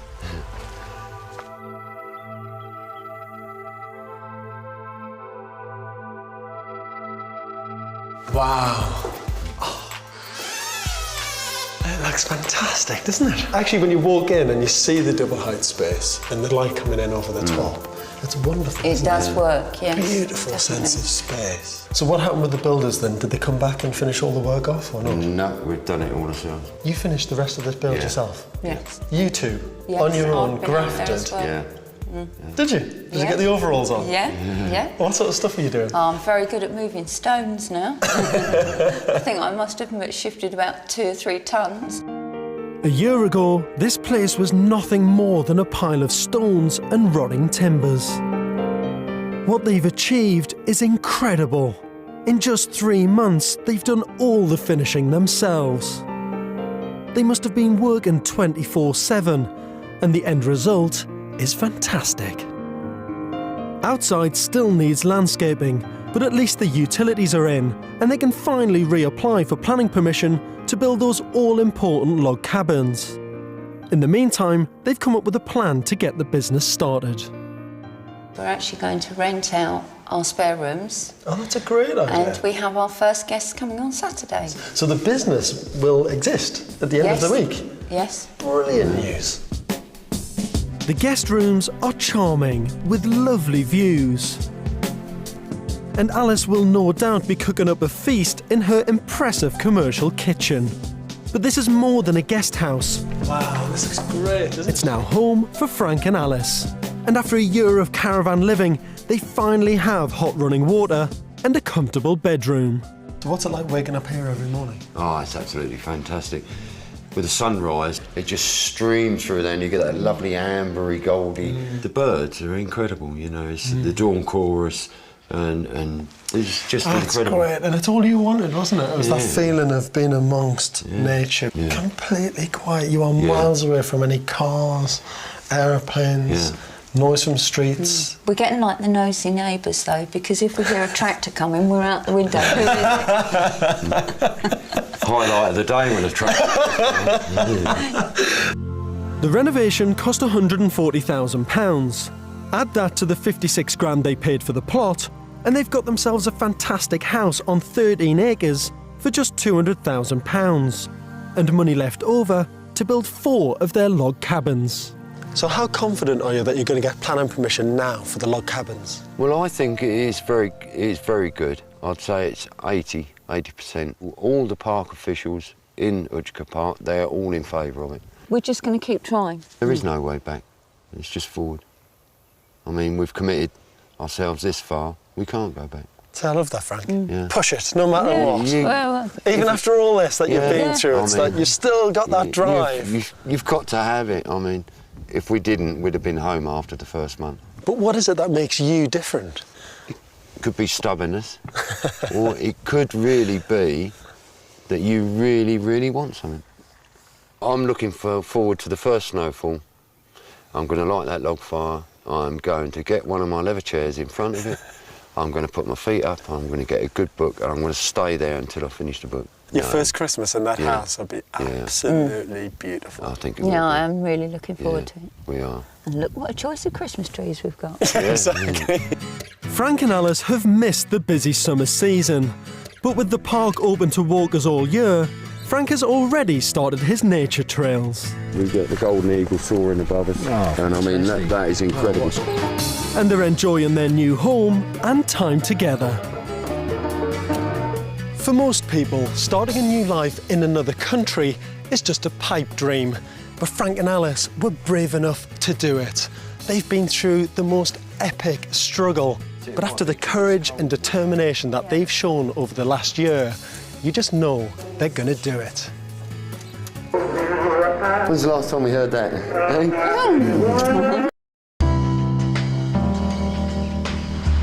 Andrew and Anona Thomas are on a rescue mission. They're coming to the stunning Pembrokeshire coast to convert this old stable block into their dream home, and to save the family farm by turning these derelict outbuildings into luxury holiday lets. We've basically got 3 builds on the go at the same time here. It's a huge amount of work. But no experience, a tight budget and a 6-month deadline means a punishing schedule. You sit down and you just think, why on earth am I doing this? Because before life was easy.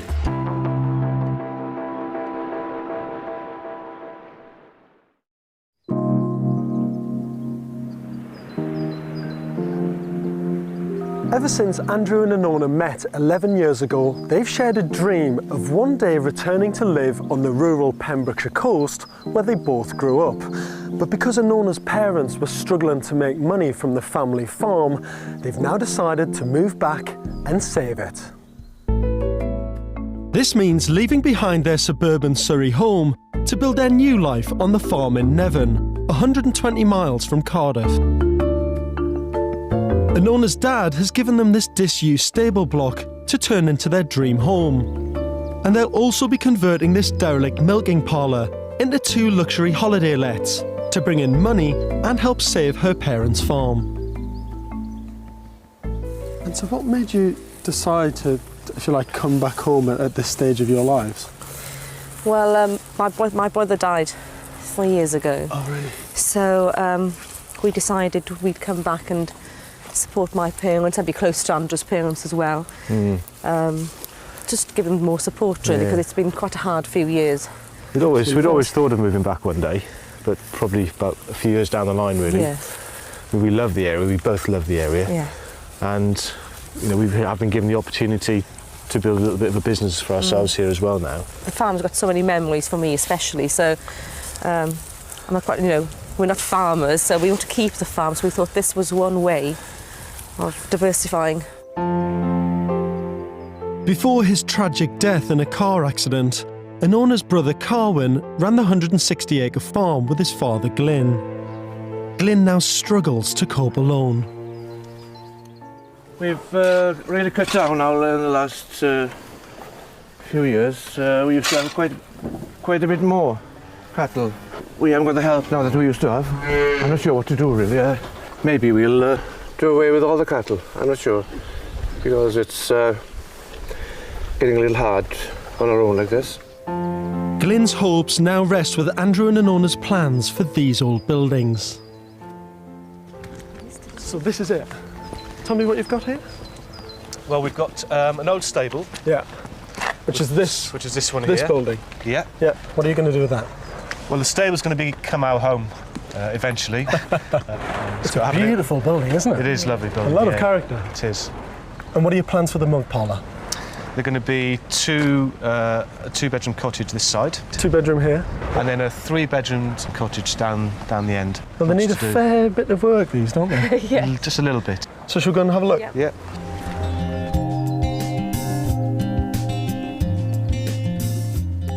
This 90-year-old stable block is to be their luxury new home. Breaking with convention, the 3 bedrooms and bathrooms are to be on the lower level. Upstairs will be an open-plan kitchen and living area with magnificent views of the countryside. But first, they're going to convert this Victorian milking shed into 2 stone cottages. One with 2 bedrooms, the other extended to give 3. At their heart will be a wood-burning stove. A mezzanine level is also being added to provide extra sleeping space. Work on the holiday lets is already underway. The slate roof's been stripped back to the original timbers, and the mammoth job of repointing the stone walls has started.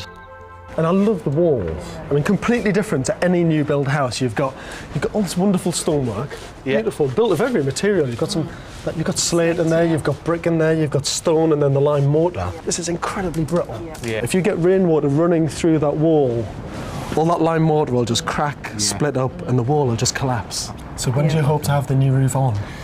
Hopefully within the month. You've got to get that roof on and this building dry before the weather gets really bad. Exactly.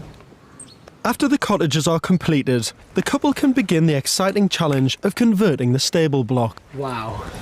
This is going to be your future home? Yeah. Oh my God, we are knee-deep in here.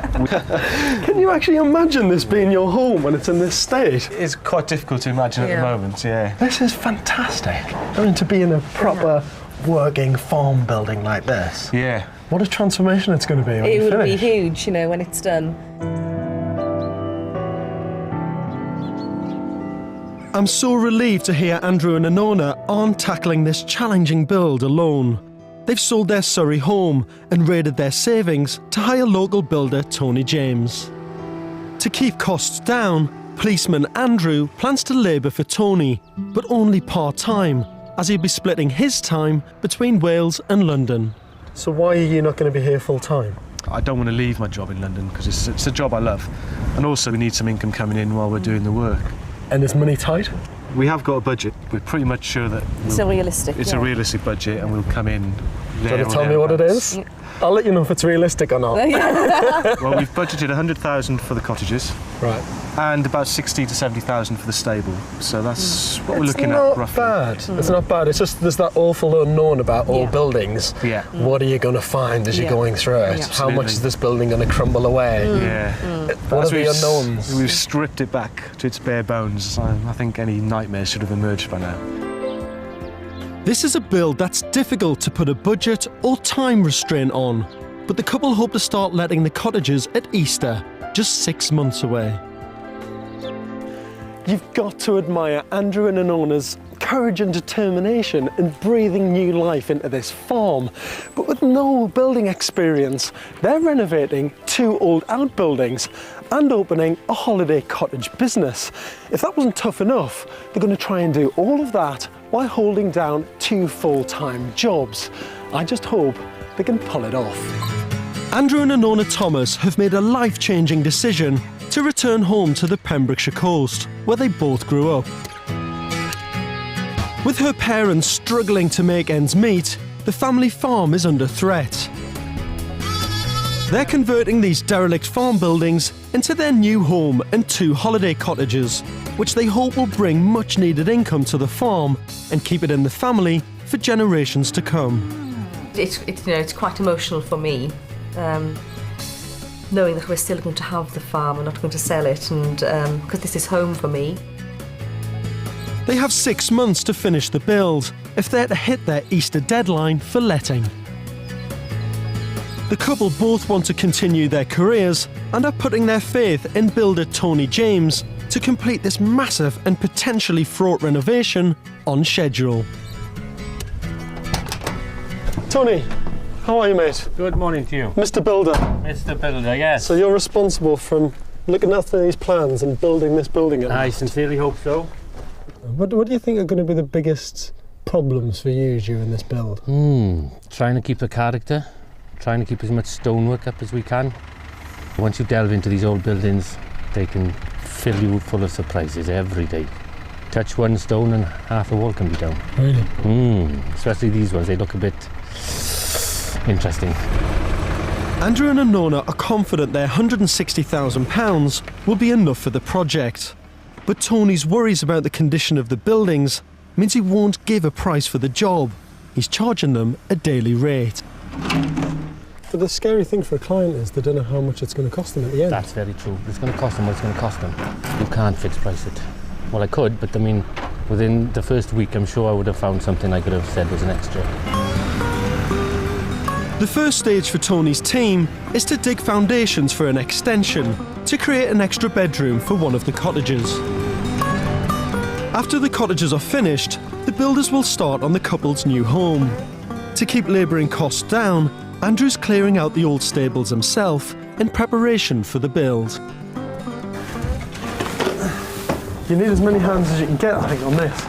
Oh, definitely, yeah. When you look at the amount of stuff in here, this has all been sitting here for bloody years. Yeah, this has, yeah. I mean, so once this is cleared out, we've got to clear out downstairs, take out all the old feeding bays, take up the floor that's down there, which is all old agricultural tiles and everything, and then start sort of planning the next steps, really, with the floor and everything else.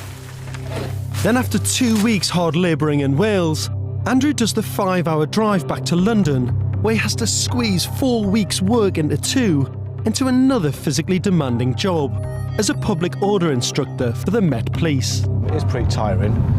Our department, we're on a call out for any protesters or any people who get onto roofs or cranes or important buildings in London, such as, I don't know, Buckingham Palace, the London Eye, Houses of Parliament. So that's quite exciting when you're climbing up the London Eye and dealing with people like that.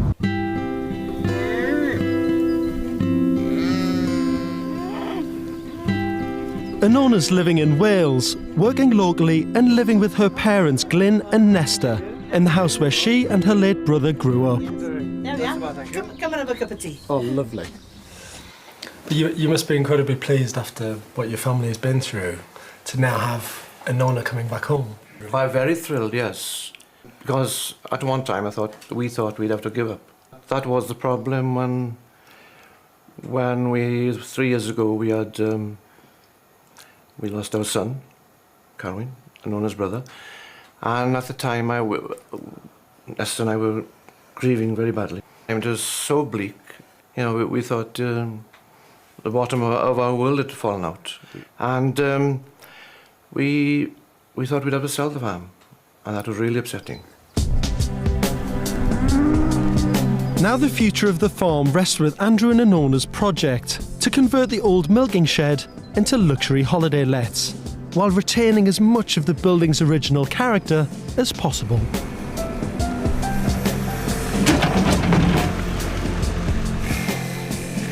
The first job was getting a roof on the 150-year-old building to protect the stonework. But there's bad news. Every timber in the 100-feet-long roof is rotten and needs replacing. A costly blow to the project.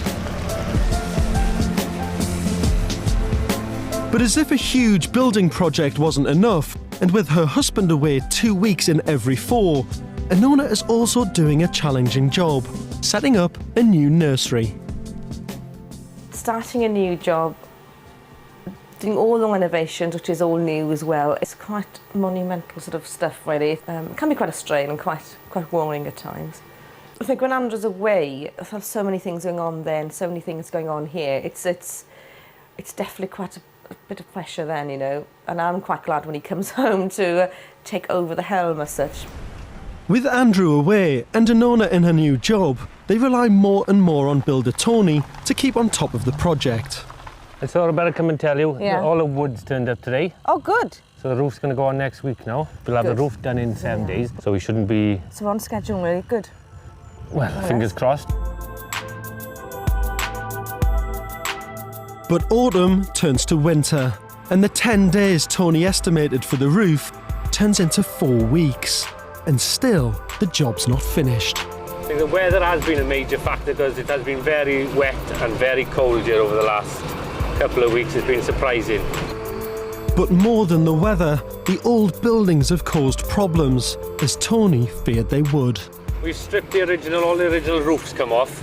We found out that the whole building was about a foot out of level, which we thought it was a little bit, but we didn't realise it was a foot, so we had to take off a lot of the wall on the top side so that we could put the roof back level. To support the new roof, the builders have fitted over 100 feet of steel joists.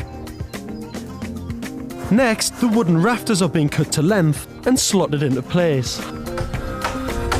164 rafters when we finish. The carpenter's telling me that this is the longest roof he's done. It looks more like a building, like a house now, yes. That's it then. And we've got to hope that the roofer turns up, as promised, so that we can get it covered in by Christmas. Well, the roofer does come, and thanks to his and Tony's hard work, the huge new roof is tiled by Christmas. So Andrew and Anona still have a fighting chance of finishing the holiday cottages for Easter.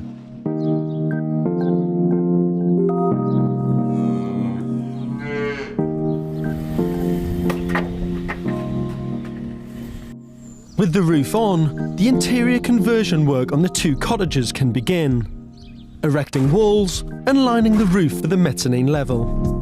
For the duration of the build, Andrew's negotiated a special work schedule with his employers. It means cramming in up to 2 exhausting 70-hour weeks in London every month. Then it's back to Wales for 2 weeks of hard graft on his new home.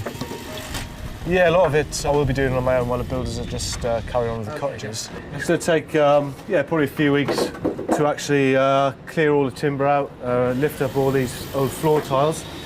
And then once we've done that, we need to make new openings in here as well. Get them all sorted out, chip all the old stuff off the walls, clean the walls up, and also then put the new slab back in and float it through. So yeah, I think it will be quite tiring. Probably going to be here from sort of 8 in the morning till 7 or 8 at night. Andrew's also got to make time for planning meetings with Anona and Tony. Would you be able to build something into these walls? As well as buying all the materials for the build. You want it 13? 13 long, yeah. If he had time, he'd also love to help Anona's parents more around the farm. At the moment, Glyn has to look after his 160 cattle and 160 sheep alone. Me and Anona do worry about Glyn and Esther quite a lot because, you know, they have got a hard life here. You know, they're on the farm, you know, working the farm sort of all day long.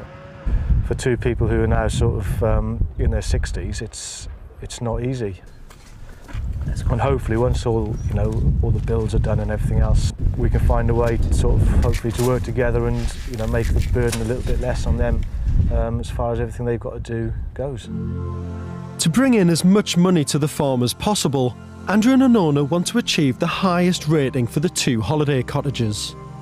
The couple believe retaining the original stonework is essential to this ambition, but it's a long and costly job. 2 skilled stonemasons have been working constantly for 2 months, painstakingly repointing the stone walls. You can't put a time limit on how long the job's going to take with these jobs because they're so fiddly, like, you know. But we're trying to show, I suppose, as much stone as possible to make it look good and to keep it waterproof as well. You know, to keep it as authentic as possible.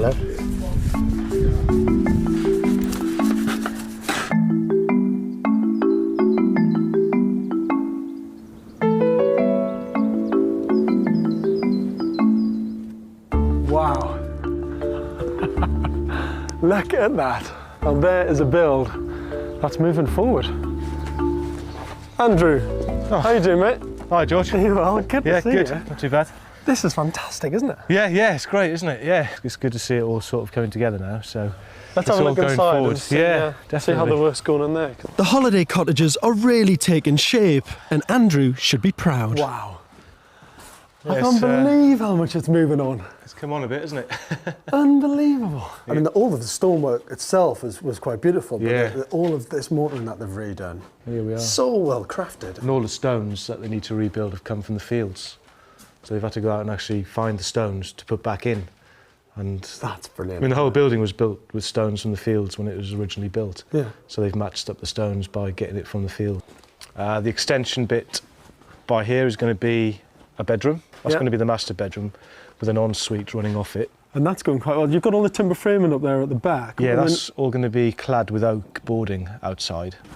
This is the main living area. Wow. So you've got open plan living area.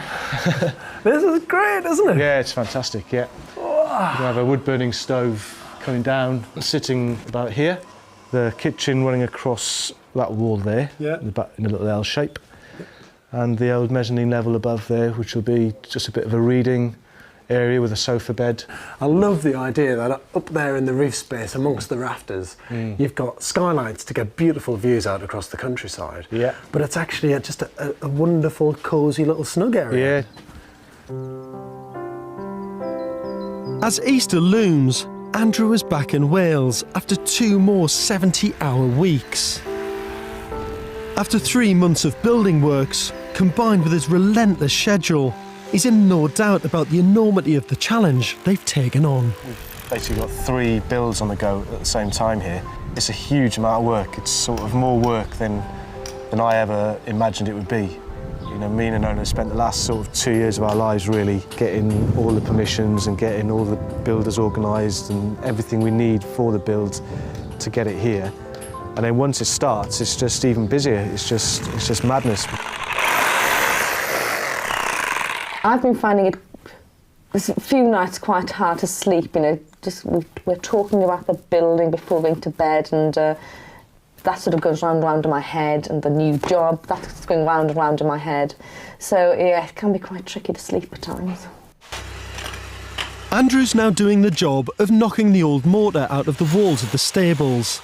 It's work, work, work, and hard physical work at that. Since we've moved back, we haven't really had time to appreciate and enjoy the beaches and the scenery and everything else and the walks and everything that we'd like to do. Because by the time we finish at night, we're so tired. It's just a bit of food and then bedtime, really. He's trying to keep costs down by doing as much labouring on the stables himself as possible.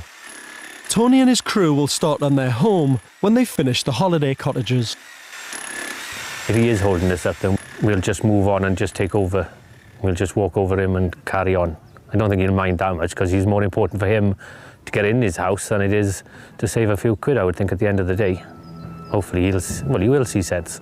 But money's getting tight. The cost of the holiday lets has gone above the £100,000 they'd budgeted for and has been eating away at the 60 grand they'd set aside for their own home.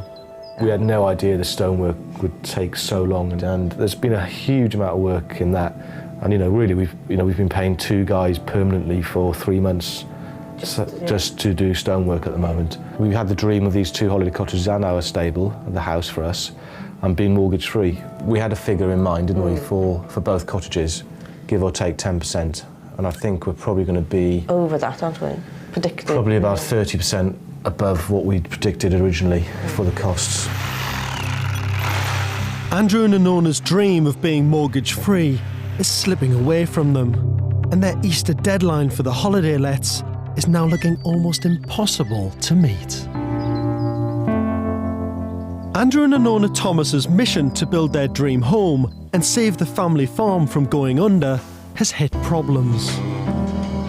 The couple's bold plan to generate vital new income by converting this old milking shed into 2 luxury holiday cottages is now behind schedule. And the builders haven't even started on their new home. It's a huge amount of work. It's sort of more work than I ever imagined it would be. Their ambitious deadline for letting the cottages at Easter has been and gone. Accepting paying guests is a long way off, and they're £30,000 over budget.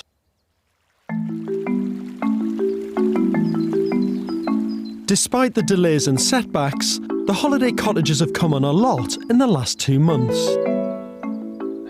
Wow, what a difference. Yeah. Since the last time I was here. Yeah, it's changed a little bit, isn't it? The one thing I can't quite get my head around is how you get up to that mezzanine. Yeah, neither have we yet. So. We honestly didn't think about it until, obviously, when it was there. We started to think, well, how are we going to get up there? And there was nothing on the plans to tell us how to get up there. So you should have had a word with your architect, mate. Yeah, got him to sort that out. If we realised we'd have problems getting up there, then just not had the mezzanine at all. And it would have saved us a load of money as well, really. Yeah, saved you money, saved you time. Yeah. Unfortunately, there's no quick fix. Using a ladder for access is against health and safety laws, and there's no way the mezzanine can be used for guests. Not only have they wasted money building it, it's likely to mean less potential rental income. This is money they can't afford to lose, given their mounting costs and high standards for the build. How much do you think it's cost you extra just on that stonework? I would reckon it's probably cost us probably around 30 grand just on the stonework. So 30 grand just on labour, and then on top of that materials? Probably, yeah, just for the stonework. Wow. We'd have liked to have done it, as I've said before, all without a mortgage. But we are going to have a little bit of a mortgage on it. If you don't mind me asking, how much would that mortgage be? How much are you having to borrow now? We're probably looking to borrow about 60,000. 60,000? Yeah. No, I'll tell you a bit. It's carnage, isn't it? Yeah, you could say that. An absolute building site. After next week, all the utilities, all these drains and everything will be done and in, so we can fill the trenches back up, and then we can start having a bit of a clear up here. So basically, until all the building work is completely finished out here, all the groundworks, you can't let those properties out. Definitely not this one, but this one maybe. Maybe once we've got the front sorted. Andrew estimates it'll be another 6 weeks before the cottages are finished, but even then I worry they'll struggle to let them, given the disruption caused by building work on their new home. And until that's finished, the couple will have to remain cooped up, living with Anona's parents. It's been a year now since we've had our own home, and since then we've been in limbo, really, haven't we? We've been living out of bags and, friends and your mum and dad, and we've not had our own space as such, have we? That just sort of frustrates us, doesn't it, really? Moving into the stable is really special, so we just want to get on with it, and just having these few weeks now, it's just hard again, isn't it,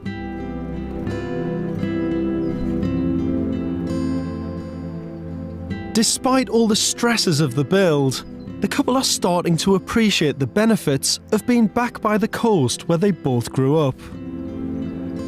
And their thoughts are turning increasingly to the future. It's just the scenery, the sea, the beaches, everything is just fantastic. And so tell me what your dream day will be like. The friends around, the wood-burning stove going, you know, glass of wine. I think just the community, lots of friends, you know, I think that's my dream. Sounds Cooking. great. Will you invite me round? Of course I will. Yeah. And what about you, Andrew? Ultimately, I mean, the ultimate dream would be to have a nice outdoor pursuits business going where we can do mountain biking, coast steering, abseiling and set all that sort of stuff up. It seems Andrew is starting to see beyond his mission to save Anona's family farm and to imagine a future for himself here in Pembrokeshire. But first, there's a stable block to turn into a home, including a new extension to create the master bedroom. This build is simpler than the cottages, and the couple hope it can come in on their budget of £60,000.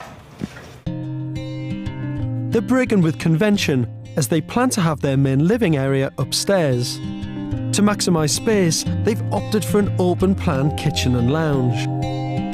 Downstairs will be the sleeping area, with 3 good-sized bedrooms and 2 bathrooms. But builder Tony's fears about old buildings are proved right with this one too. Once we stripped the slates, we found out that the whole A-frames, the whole roof structure was all rotten. We've had to strip it all off, order new timber. I think we must have lost 4 weeks there. Hopefully we can catch up. Old buildings just throw things at you daily and you've just got to deal with them, assess them and get on with it.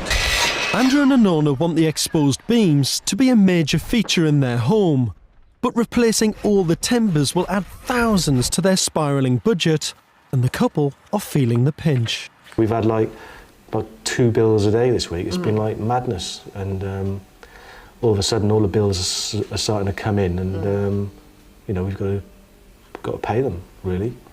So that's sort of a little bit of anxiety there, I suppose.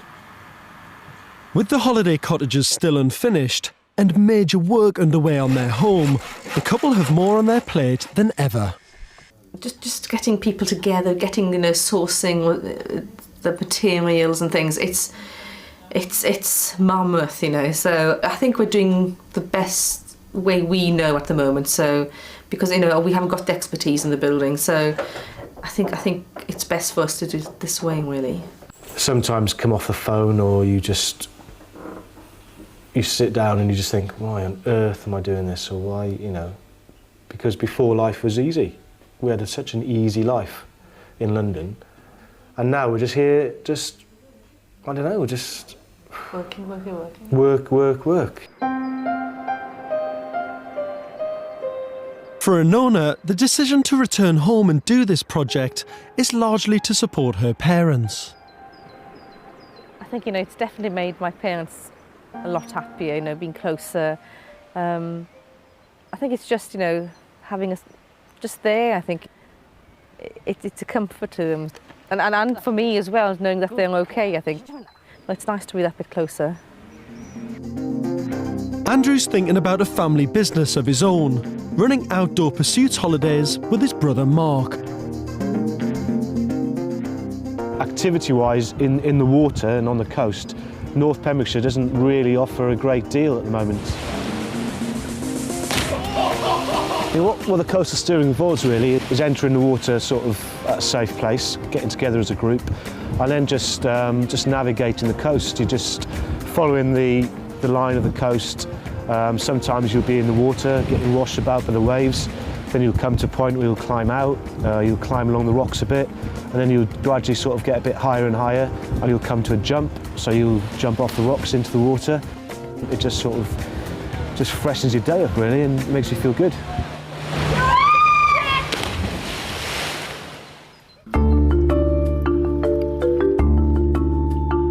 Over the next 2 weeks, Tony gives Andrew more reason to feel good, totally rebuilding the roof structure on their new home. And work on the holiday cottages is nearly finished, with the last plumbing and electrics going in. Double there.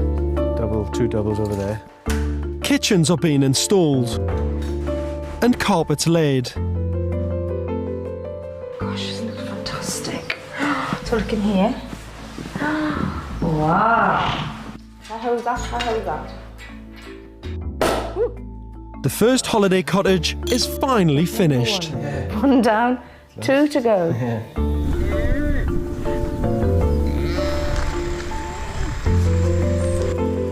It's May, and work on their new home is just beginning, and it's a total building site.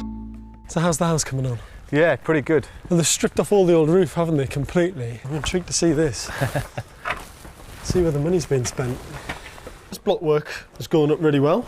Yeah, it's starting. Dividing all the rooms up, which yeah, is now good. the guys have finished upstairs. They'll probably, next week now, hopefully, they'll start on the walls down here. And this is a sort of upside-down house, isn't it? You've got your Yeah. living room and kitchen upstairs. That's right. And all your bedrooms downstairs. Yeah, 3 bedrooms down here. Should we go upstairs and have a look at this roof? Yeah, let's go. Wow. It looks great, doesn't it? Yeah, it's pretty good, isn't it? Oh, they've done a fantastic job on it. Really good job. I mean, one of the scary things about taking off an old roof is you think, can you get the character back into it that it had before? Yeah, we were sort of, definite that we wanted to keep the character and the A-frames. Yeah. And the carpenters basically have just copied exactly the same A-frames that were there before. Yeah. Now, the whole project, including the holiday cottages, cost you more money to the point where you've had to get a mortgage on this. Yeah. Has it cost you even more money now, knowing that you've had to replace all of this roof and do more to your house? Yeah, 10 or 15 more props because of the roof and everything. It's bound to cost you more because of all this. I mean, it's been so well built, it looks fantastic, but it's a big job to replace the amount that you've replaced. Oh, yeah, absolutely. And actually, I was getting so excited about all the timber work in here. I forgot about this window. That's brand new. We put the new opening in the end there now, so... absolutely incredible. Yeah, and we've got the great views from here, I mean, across the mountains there. Yeah, you can see for 20, 30 miles, cows in the field. It's just... It is... it's stunning. An amazing view, I must say. I'm quite jealous. Despite having a great big building project next door, Andrew and Anona are hoping to start letting the cottages out soon. But what's left to do before you can actually start letting these places out? Just the landscaping, really. So we're just getting this area cleared out here now. A bit of decking and some gravel, and then some pots and plants and things, really. I don't think they should have too much trouble marketing the cottages. They're lovely buildings, and they've got a unique selling point right on their doorstep. Now, what about the farm? I mean, these holiday cottages are so uniquely positioned. Yeah. Are you going to use the farm to sort of, I don't know, tempt families to come here with their kids to see the animals and things like that? Yeah, I think so. I mean, we've got cattle and sheep and kittens and all sorts in here. And, so hopefully it'll be a big part of what we want to do, really. Yeah. I can see Glyn being absolutely perfect at showing kids around. Yeah. About farm life. Guided tours by Glyn. He lived on the stories and when he was little and enjoy that. I think one of the knacks of running a holiday letting business like that you've got is what makes you different to other businesses like that. You're not just a little B&B, you're not just a little holiday-led business. No.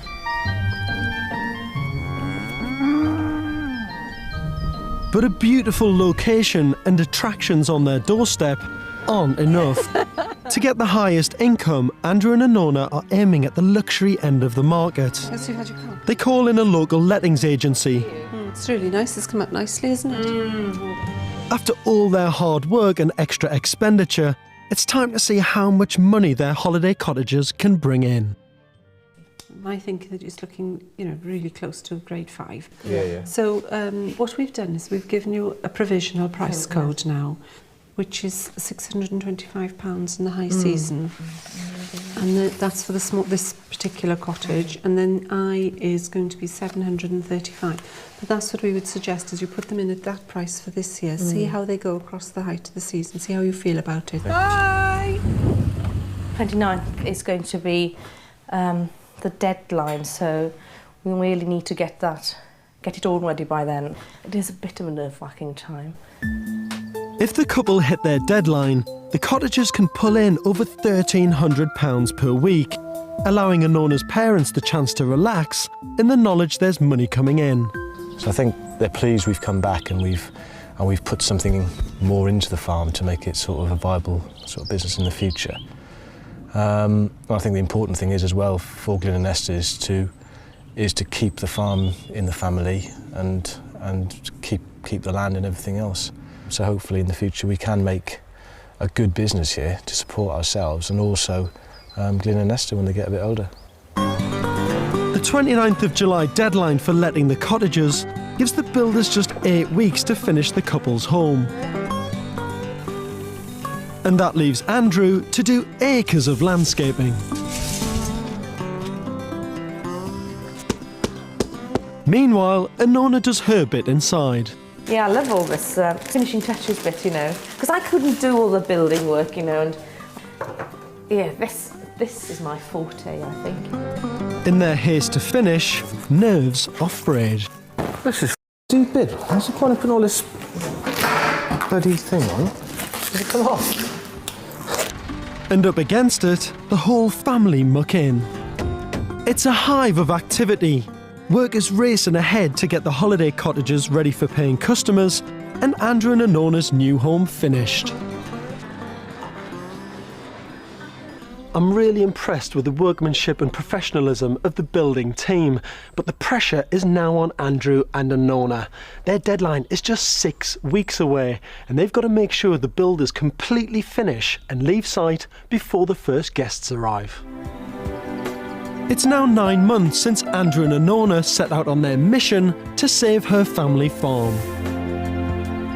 In that time, they've bravely attempted to transform a derelict milking parlour and stables into 2 holiday cottages and a magnificent new home for themselves.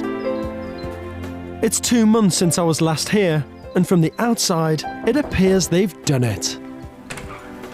Morning. Hi, how are you? come in. Are you well? Good to see you. Thank you. How's things? Very well. Hi, George. How are you? How are you doing? All right? Good. Wow, look at this. Yeah. It's absolutely fantastic, isn't it? It's changed a bit, yes. So this is our bedroom here. Wow. Yeah. Oh, what a fantastic space. So what you don't realise is this is a new extension, isn't it? Mm. You've really respected the old building. I mean, you just look here, this is the sort of the old plaster finish in the building and the beautiful old stonework which you've cleaned up. It looks absolutely fantastic. And then this used to be the outside wall of the building before you knocked through this hole. Yeah. And everything that you've done new just looks as beautiful as the old stuff. It's absolutely fantastic. The transformation is incredible, but it's their living space I'm looking forward to seeing. I remember only last year mucking it out with Andrew. Fantastic, isn't it? It's absolutely brilliant. Well, yeah, we're pleased with this, aren't we? Yeah, we really are. I'm absolutely gobsmacked.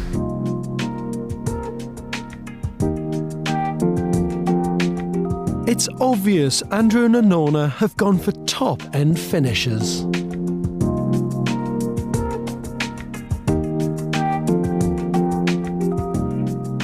And this window is brand new. Yeah, this is all new, this opening here, yeah. You'd never be able to tell that because it's been so beautifully built with all the brick detailing over the top. I think what works here for me more than anything is to breathe fresh air into the whole place, but it still feels like it's part of the farm. Yeah, it's the living, breathing, working farm that you always wanted it to be. Yeah.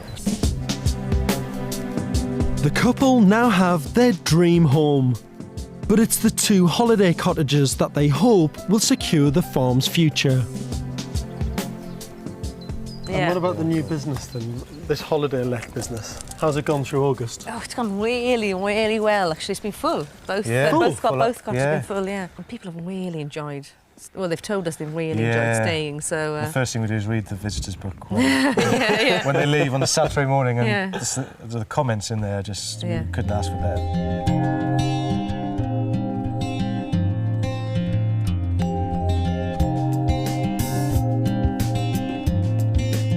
And everywhere you've just continued the same care to all the detailing. Nice finishes, exposed stone. It's fab, isn't it? The traditional wood-burning stove dominates this impressive kitchen and living area. But just one thing still puzzles me. You still haven't quite sorted out how you get up to that mezzanine though, have you? No, that's just storage for now. Yeah. Eventually we probably will, but I mean, there's no rush for it, so No. it's fine. In pursuit of the luxury end of the market, both stone cottages have been finished to the highest standards. But refusing to compromise on quality has come at a price. Well, we were looking initially about 160,000. Now, you did have to go back and get a mortgage of 60 grand. Yeah, On top of that, 160. Yeah, we got a mortgage of 60, and then another loan on top of that to make it up to 80. So 80 grand more than you wanted to spend, is that it? And then plus, well, Our wages, over the last year really have all gone into it as well. Yeah. Really? Yeah. So yeah, I think. So what was the final bill to get the 2 holiday cottages and the house completely done? We're probably looking around the 260 mark, yeah, about 260,000. 260,000. But that's £100,000 more than you wanted to spend. It is, but we've got 2 fantastic cottages, a business, and our dream home. Yeah. And we've got all that for £80,000 worth of debt. Andrew and Anona want the income from the cottages to benefit the whole family, so they're taking care of the £80,000 mortgage. For a young working couple, this is easily manageable. And with the farm's future made secure by the lettings business and their daughter back at home, they're giving Anona's parents a new lease of life. Oh, it's far more reassuring now that they are here, so the farm can be kept within the family. You know, over the next year and so, we can help out a bit more with things, you know, the jobs that need doing and bits and pieces when we're not so focused on all the building work. I know I feel quite proud, you know, to be able to do, you know, to have this opportunity to do this, you know, and it's really nice being home with Mum and Dad and it's been just all us together, really. It is. Oh well, we're quite complete now. The 4 of us. Hope we'll be very happy together here. Yes. Anita. This is an amazing, heartwarming story. Andrew and Anona returned to Wales to save the family farm. Now, to do this, they gave up so much, but it's all been worth it. They now have their dream home, a profitable business, and the farm will stay in the family for generations to come.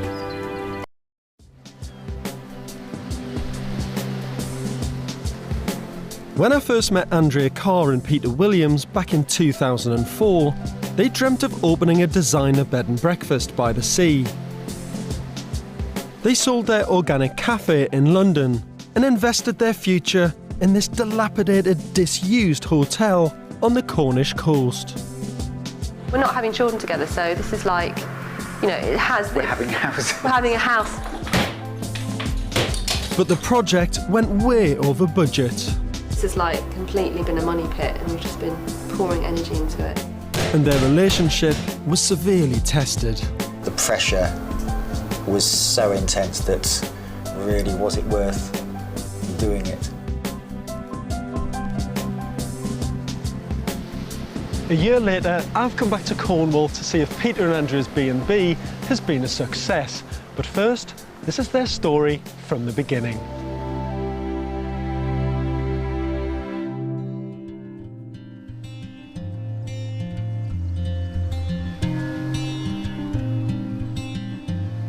Who wouldn't turn their backs on the pressures of city life to come and live here? Well, that's exactly what Peter and Andrea are trying to do by setting up a stylish, organic bed and breakfast in part of a disused hotel here in St Ives. And this is it. Discovered on a weekend break 6 months ago, it was love at first sight. With the help of another investor and a huge loan, they bought it for £750,000. The plan is to split the building into 3 5-bedroom houses. One belongs to the other investor.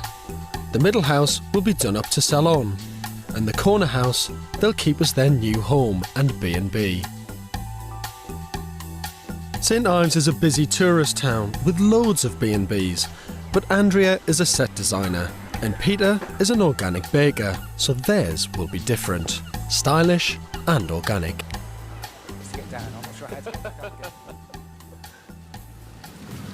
So this is it? This is our little pad. And work started already? You moving on? We're on such a tight schedule. You know, we want to get the house on the market before Christmas so that the money comes through from that, which will then fund the final bits of the B&B and give us hopefully enough money to get through the season, even if we don't get any customers. So. Well, let's see how you're getting on. Okay. It needs a lot of work, doesn't it? Yes, I mean, basically it's going to be completely rewired, completely replumbed. I have a horrible feeling some of the ceiling's going to have to come out. All the walls are going to... Excuse me. It's a labyrinth of rat-infested rooms and a rotting extension. Have you got your head around what you've actually taken on here? I know what I'm doing. I haven't got a clue what I've taken on. What they've taken on defies belief. First of all, they need to divide the building into 3. The third house belongs to their business partner. The middle house will become a 5-bedroom luxury home for sale.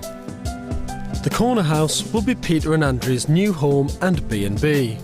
It will have a living room, a communal dining room cum art gallery, and a large kitchen on the ground floor. On the first floor, there'll be 3 guest rooms, each with their own ensuite facilities. Peter and Andrea's quarters will be on the top floor. The sale of the middle house should leave them with a manageable mortgage and a stylish bed and breakfast, up and running in time for Easter. Until then, they've a mountain of debt. Including the interest payments, it's going to be over £1 million. Which is a huge amount of money. For first-time developers, is like... There's nothing like jumping in with both feet. And normally people do development, think, I'll buy something for 50 grand and do it up and try and make 20. Yeah. And you've thought, let's just spend £1 million. Did you have £1 million? No. It's because it's a commercial development. The banks, whoever would lend the money, would give us 70%, so we had to find 30%. We knew by sort of scraping together money from various places, Andrea's inheritance, borrowing money from parents, that we could get half of it together. You've absolutely borrowed up to the hilt, haven't you? Against everything. Yeah.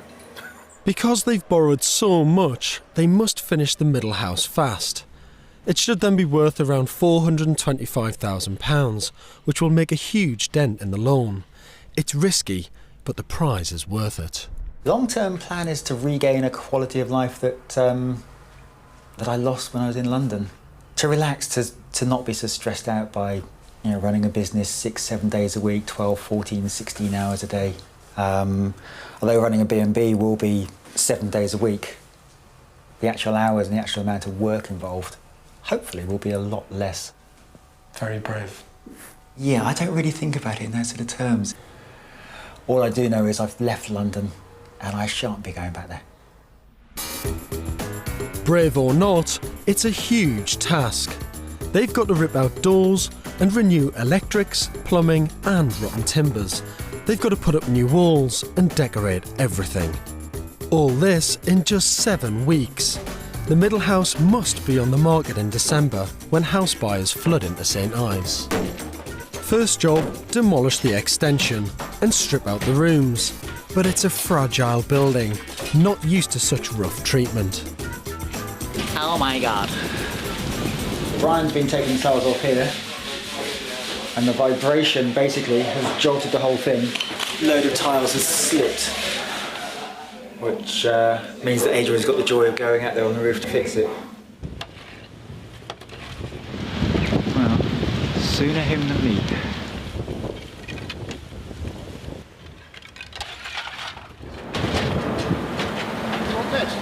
I want a good stiff drink. I'm on top of the world, Mark! For Peter, it's an alarming start to his journey, from organic baker to bed and breakfast proprietor via project manager. Let's hope the rest of it is not so bumpy. It's November in St Ives, 4 weeks after building work began. Peter and Andrew's dream is to build a new B&B and escape London life. The electrics are in, new walls are up, and others are still coming down. Peter is now living in the dusty site and settling into his new role as project manager. So, just had a delivery, and there's one thing missing from it. It's a far cry from his life as an organic baker, but Barry, his builder, is keeping him on track. Peter's partner Andrea is the third key part of the team. She's based 300 miles away in London and is a full-time set designer. Despite the distance, she's in charge of design. I suppose because of my theatrical background, I'd like to think it would be a bit of an event. That what we are creating, is an experience. I mean, I'm probably more the kind of person that would probably keep it very, very white and then interject some quite strong colour in places. Working together is all part of their new life. We've been together for over 7 years, but we've never really done a joint project together. We've had quite separate lives in a way, and Peter's lived in my flat for most of that time. So we needed to sort of develop our relationship as much as anything else, and both emotionally and practically, really. And this idea sort of seemed suddenly to sort of light a fire. For the moment, Andrea will stay in London, controlling the design by phone and visiting every few weeks.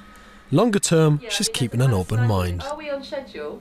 It may be that I choose to spend 6 months in Cornwall 1 year, but I might, another year only dip in and out. I really don't know. But I mean, again, of course, because my relationship is changing because of this, so I don't know how that's going to affect us, Back in St Ives, the focus is on the middle of the 3 houses.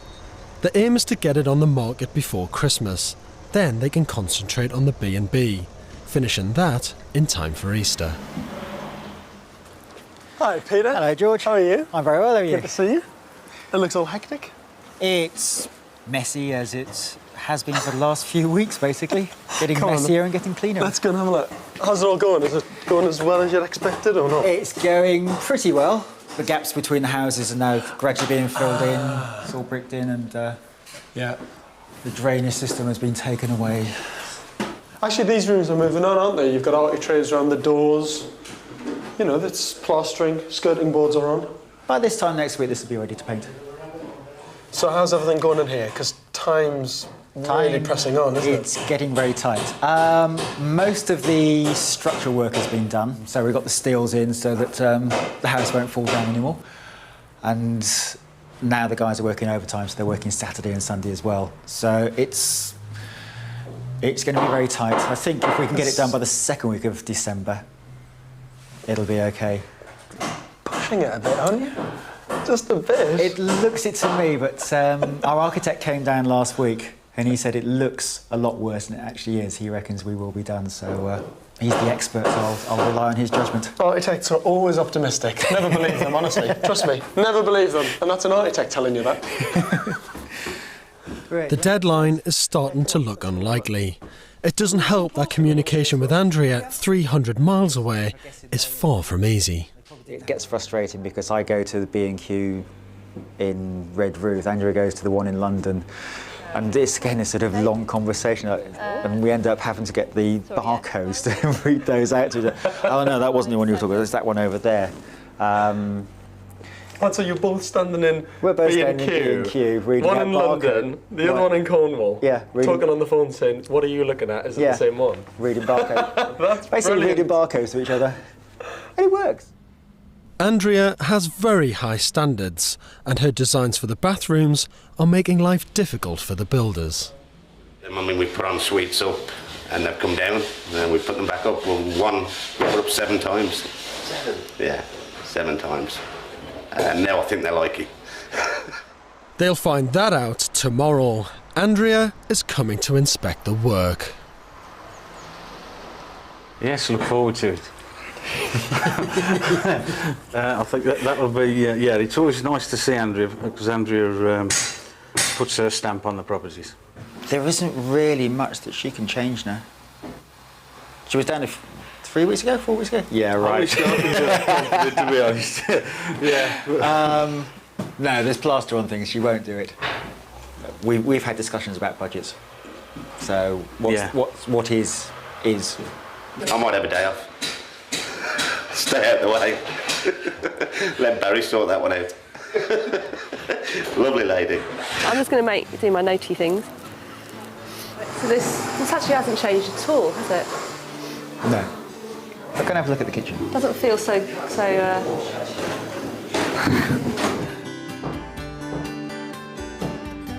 Extraction above the sink.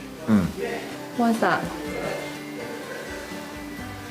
I don't know, to be honest. Okay, well, there's meant to be a toilet there. Horrible, aren't they? God, has he chopped these floors up as well? Has he done all this? Yeah. Yeah. God, dread not look at this floor now. Oh my God. It does really, really piss me off. Okay.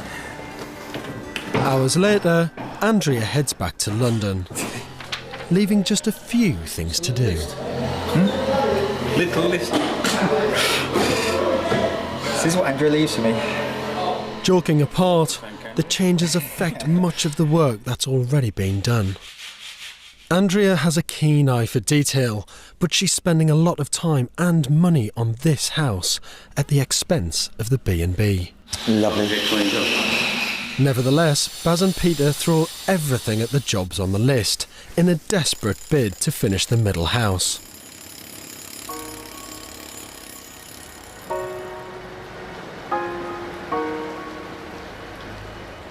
It's December, a good time to sell property in St Ives. The question is, are they ready? Morning. Morning. How are you? Morning. Is Peter anywhere? He's just gone out. He went down the town. He went for his coffee, didn't he? He's gone down the town, yeah. That's sod's law when I come to see him, and he disappears. This was all supposed to be finished and on the market today. I mean, all this plaster still hasn't even had time to dry out. So none of this can be decorated. And to be honest, it's an absolute tip. You could never sell this place for at least a month. Smell the paint. Paint finish is pretty shoddy though. It's not the nicest, smoothest job you'd imagine. But it's not all bad news. This is going to be a lovely room, actually. Really, really beautiful room. And just look at that view. It's to die for.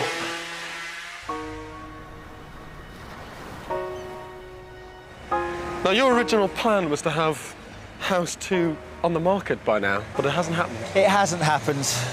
There's a lot of that down to just being in Cornwall and removed from the things that you need. 300 miles away from the things that we need, which you can get down here, but it's a 4 to 6 week delivery thing. So, oops. So basically, things take a lot longer, which is why I keep ending up dashing up to London, or if there's smaller things, having them couriered down. So how are things going generally? I mean, they're moving at such a pace. Are you happy with the finishes and things? A couple of them are incredibly good, and their standards incredibly good. A couple of the other guys, their standards aren't so good, and mine are better. And I know Andrea's are even better than mine, so I have to sort of think in Andrea's position, because I know she's going to come there and go, wrong, wrong, wrong, wrong, do it again, do it again, do it again, in a nice way. So I'm trying to sort of reduce the amount of that before she comes down here. But Andrea's eye for quality has failed her. She bought a job lot of irregular slates off the internet for the kitchen floor, and Baz the builder isn't best pleased. That's what we're trying to like. But Peter said that's what I want. This is a bit too rustic for me. I'm from the Black Country. I've got something cheap and nasty terracotta from B&Q. Just look lovely. Like that. A bit like that. I need terracotta. That's the one we like. And we'd have had it down by now. With the Christmas break upon them, there's no chance of selling the middle house until the new year. With the costs at £1,000 a day, plus the payments on the loan, the budget is crucial. How much over have you gone so far? Worst case scenarios will be £10,000 over. And your original budget was? 150. Right, 150. That's not bad. Which, yeah, it's less than 10%. Which is a lot less than people have been telling me to expect. So, it could have been a lot worse. Calm descends on St Ives at Christmas. The builders pack up for 2 weeks, but for Peter, there's no let-up. To avoid a 6-week delivery period, he's gone off to pick up a cheap kitchen, 300 miles away in London.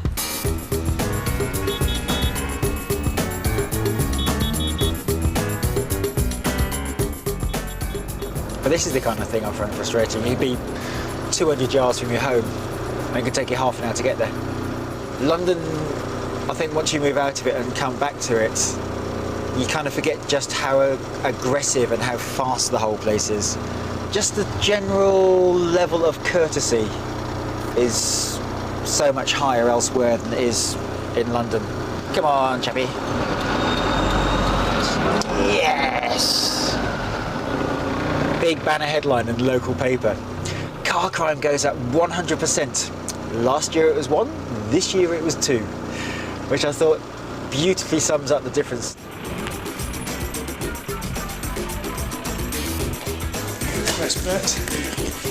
In that space there. Hang on. Whoa! Not so good. By the end of Friday, that kitchen will be completely, utterly, fully installed. Home, James.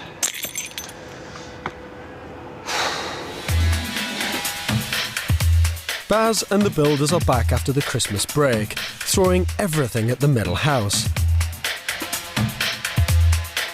But the work still has to pass inspection by Andrea. You know, that's clearly not been sanded back.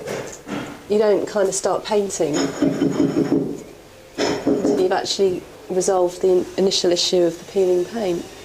And even on a completely new wall, you know, bits of lumps of paint and gone, you know, it's kind of never-ending, really. I mean, we could go on looking at every single bit of it and it would have the same.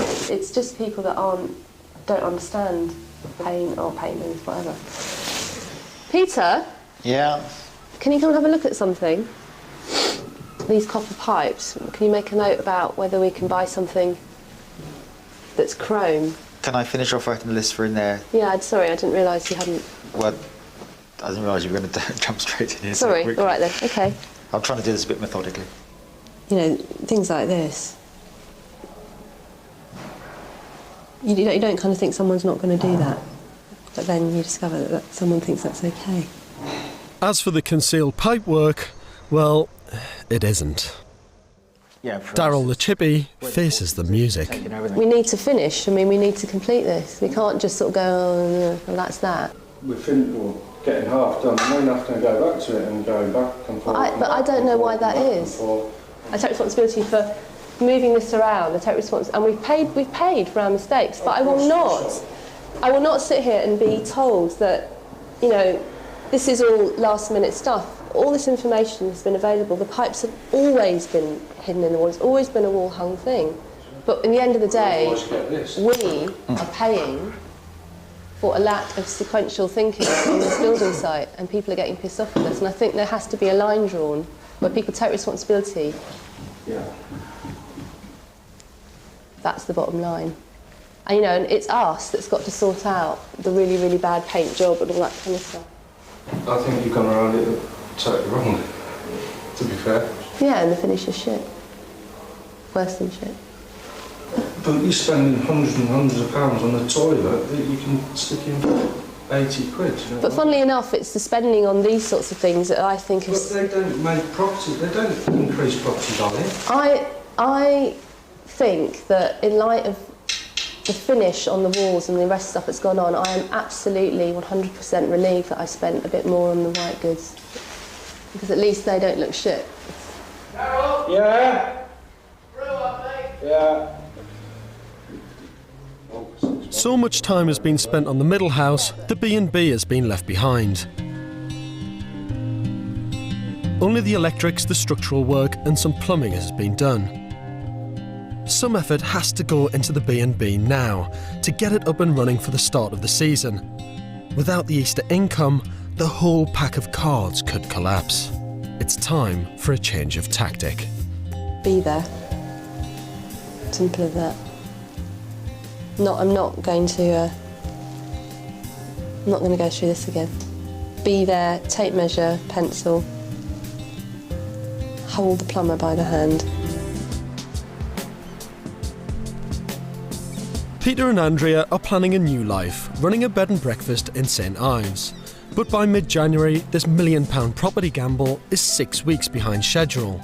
Andrea, in charge of design, has come down from London to take control. Carpet the stairs. I can visualise more readily the end result. Doesn't mean I always make the right decision, just means I kind of, my mind goes there. They're trying to get the middle house on the market before the spring half-term brings another wave of buyers to St Ives. If they can't sell it, the B&B could be under threat. Curiously, the pressure is bringing Peter and Andrea closer together. It's actually been very good for our relationship because it's given us a joint project. We're not having children together, so this is like, you know, it has... We're having a house. We're having a house, you know what I mean? It fills some sort of gap or space. Progress is fast, but with Andrea in charge, the standard of work is much higher. This actually has been thoroughly resanded. I mean, already you can see just how smooth a lot of this finish is going to be compared to what it was like before. Absolutely. And it's a lot as better, well. awful lot better. And do you wish that you just skimmed everything and had done with it? Absolutely. The directive now is skim. So how much more is this costing you? Well, actually, we're not sure. But you need to know those numbers very, very quickly, don't you? We do. Luckily, the answer's not far away. Baz the builder takes them through the figures. Yeah. So we come back to 151. Yeah. The upshot is, Baz reckons they're nearly £14,000 over budget. Yeah. Okay. We spent all that money on the toilets. Mind them lovely toilets. That includes the kitchen for number 2, though? No, we never include the kitchen. And it doesn't include the boilers or the rest of the fit-out. So it's looking more like we're heading more towards 26, 27, 30 as an overspend overall. £30,000 over budget means they're in trouble. Despite that, the middle house is going well. Under Andrea's supervision, the plumbing's complete, the snags are snagged, and the hidden pipes are at last hidden. Yeah, I mean, all of this just looks so much better now. Yeah. It just looks like it's meant to be. It's all integrated. Yeah, the it's all fittings, it's all in the same finish. Thank God you turned up to sort them out. In the kitchen, there's mixed news. Peter's bargain units from London are being installed. But Andrea's decided the uneven slates, which are all now in place, are going to have to go. We're getting these taken up. We're going to use them Right. essentially throughout the 3 properties in areas that don't matter. It's an expensive lesson in project management. But the kitchen floor comes up and the carpets go down. Peter and Andrea can't wait for a valuation from the estate agents. Nice big kitchen over here, straight out onto a courtyard. A courtyard in St Ives, any kind of outside area, is a huge bonus. It's nice to see a bit of thought going into the renovation of the property. They could have got away with doing a lot less, and many developers would have done. Contemporary, not over the top, not going to offend anybody. That's ideal. It's not the most exciting carpet in the world. Did you have to go that far? Maybe not. It is eaten into the profit. This is what will sell the property, this view from this room. This is it, this is where you bring people, this will sell it. We're looking at somewhere between 450 and 475. Hopefully 465. The bottom line is the cheaper it is, the quicker it's going to go because you're going to broaden your market. So the estate agents think that you spent too much money on your white goods, like your toilet and your wash hand basins, and they think that you spent too much money on your carpet. What do you think about that? I'm not surprised, but I think they're soulless in a way.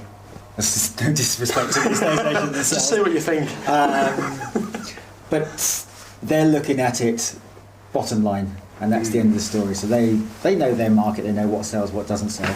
And from their point of view, yes, we probably have spent more than we need to. And the other thing for me is they're going to be your next door neighbours. Whoever buys this place is going to know who you are and where you live.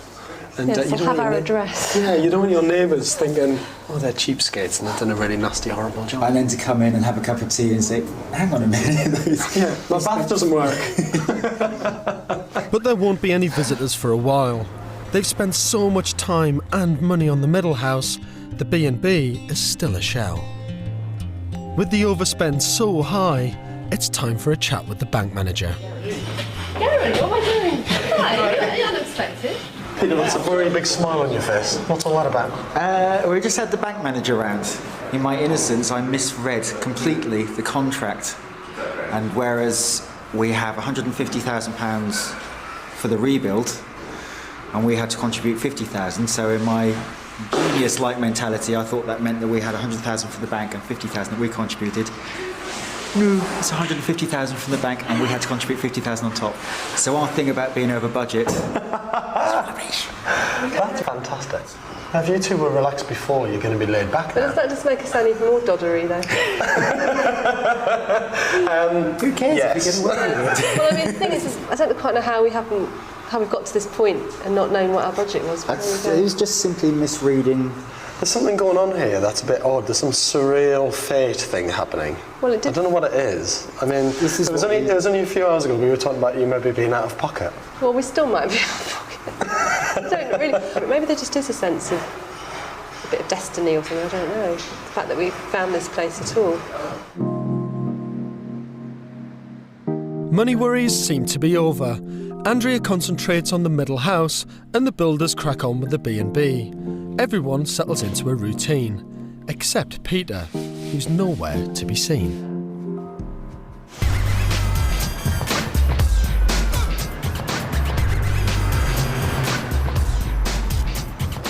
He's gone back to London, the place he thought he'd escaped from, leaving Andrea to carry on with the build in St Ives. Away from the intense pressure and endless distractions, he can concentrate on sorting out the commercial side of the bed and breakfast. It's a chance to have a good look at his sums and get his business head on, because with only 4 weeks to go, Peter has no business plan, no bookings, and no publicity. So this is the London base, is it? This is basically Andrea's studio come crash pad. It's very bohemian and very arty, isn't it? It is. She'll love you for saying that. When I last saw you in Cornwall, you thought you might have had £50,000 that you didn't know about from the bank. The paperwork turns out we do have £200,000 budget. So bloody grateful for it because we've actually projected costs now going to be between 230 and 240. No. That's all the kitchen stuff going in, various other bits, which adds another sort of £30,000 on top. So we're more like 60,000 over. Yes. Because we had that incorporated in the first place. Plus that's where that 50,000. Still a lot of money. It's still a lot of money. It's a lot of money. So March the 17th you're up for business and you've got no bookings. I mean, we weren't in a position to take bookings because nothing was set up, so people don't know who we are, where we are, or anything at the moment. But are you going to have beds and things? Is it all going to be there? It'll all be there. Everything will be there. Have you got a pen and a piece of paper? Many. Can you write something down for me? Yeah. How many rooms have you got? 3. 3? 3 letting rooms. I need 3 rooms. Okay. On the 17th of March. 2 nights? 2 nights. 2 nights. So you're fully booked for 2 nights? Excellent. 17th and 18th, do we need? 17th and 18th. Yeah, perfect. The B&B is still far from finished, but it does have its first guest. The question is, where will I sleep? Work on the B&B has stopped again. Andrea is still stuck in the middle house. Deadlines just seem to come and go for Peter and Andrea. They've missed the Christmas buyers. Now the half-term house hunters are passing them by as well. Easter will be their next chance, and that's just 2 weeks away. With one final push, it's done. After 23 weeks of dust and near disaster, mounting debts and delays, the middle house is finally on sale for a very reasonable £475,000. Andrea's extra effort has paid off. The house looks fantastic. If the B&B is anything like this, it'll be great. But it's been so much harder than anyone expected. It's been a nightmare, complete nightmare. And all you can do is you just have to be very belligerent and keep going on, and every so often crying and then carrying on again. It's that kind of thing. You just kind of go, oh my God, sob, sob. There's been tears? Oh yeah. I sort of go around sometimes, I look at things and I look at one more crack on the wall and I go, oh my God. Sob, sob, sob, and then, you know, just carry on again. So this has like completely been a money pit, and we've just been pouring energy into it, and we haven't... the actual reason for this whole thing, the bed and breakfast thing at the moment, you know, I mean, we are obviously progressing on it, and you can have a look in a minute. So if we take them straight up... But the B&B is far from complete. So just remind me when you said this place would be finished? 2 weeks. You'll drop those in a minute. In 2 weeks' time. It's miles off. Has it actually changed from the last time I was here? Yeah. The only room with any sign of real progress is the kitchen, and the pressure is taking its toll. What do you think going through all this has done to your relationship? We sailed into this on a sort of cloud of euphoria and sailed through the first few months, and then the last couple of months reality has hit, and some of the things that have happened have been more than we were expecting by a long way. And it reached a point last week whereby it felt like the pressure was so intense that really was it worth doing it. And you know, Andrea was in London very upset. I was down here upset, more upset about her being upset and not being able to do anything about it. Do you think you'll survive this? I think we've been incredibly lucky all the way through, and to have a few weeks of stress, which, you know, come a month's time, once the B&B's up and running, it'll be history, it'll be past. It won't have any long-term effect on our relationship. Peter and Andrea work round the clock to get the place ready for their very first guest. In 2 weeks, I'll be checking into St Ives' newest B&B. Ready or not?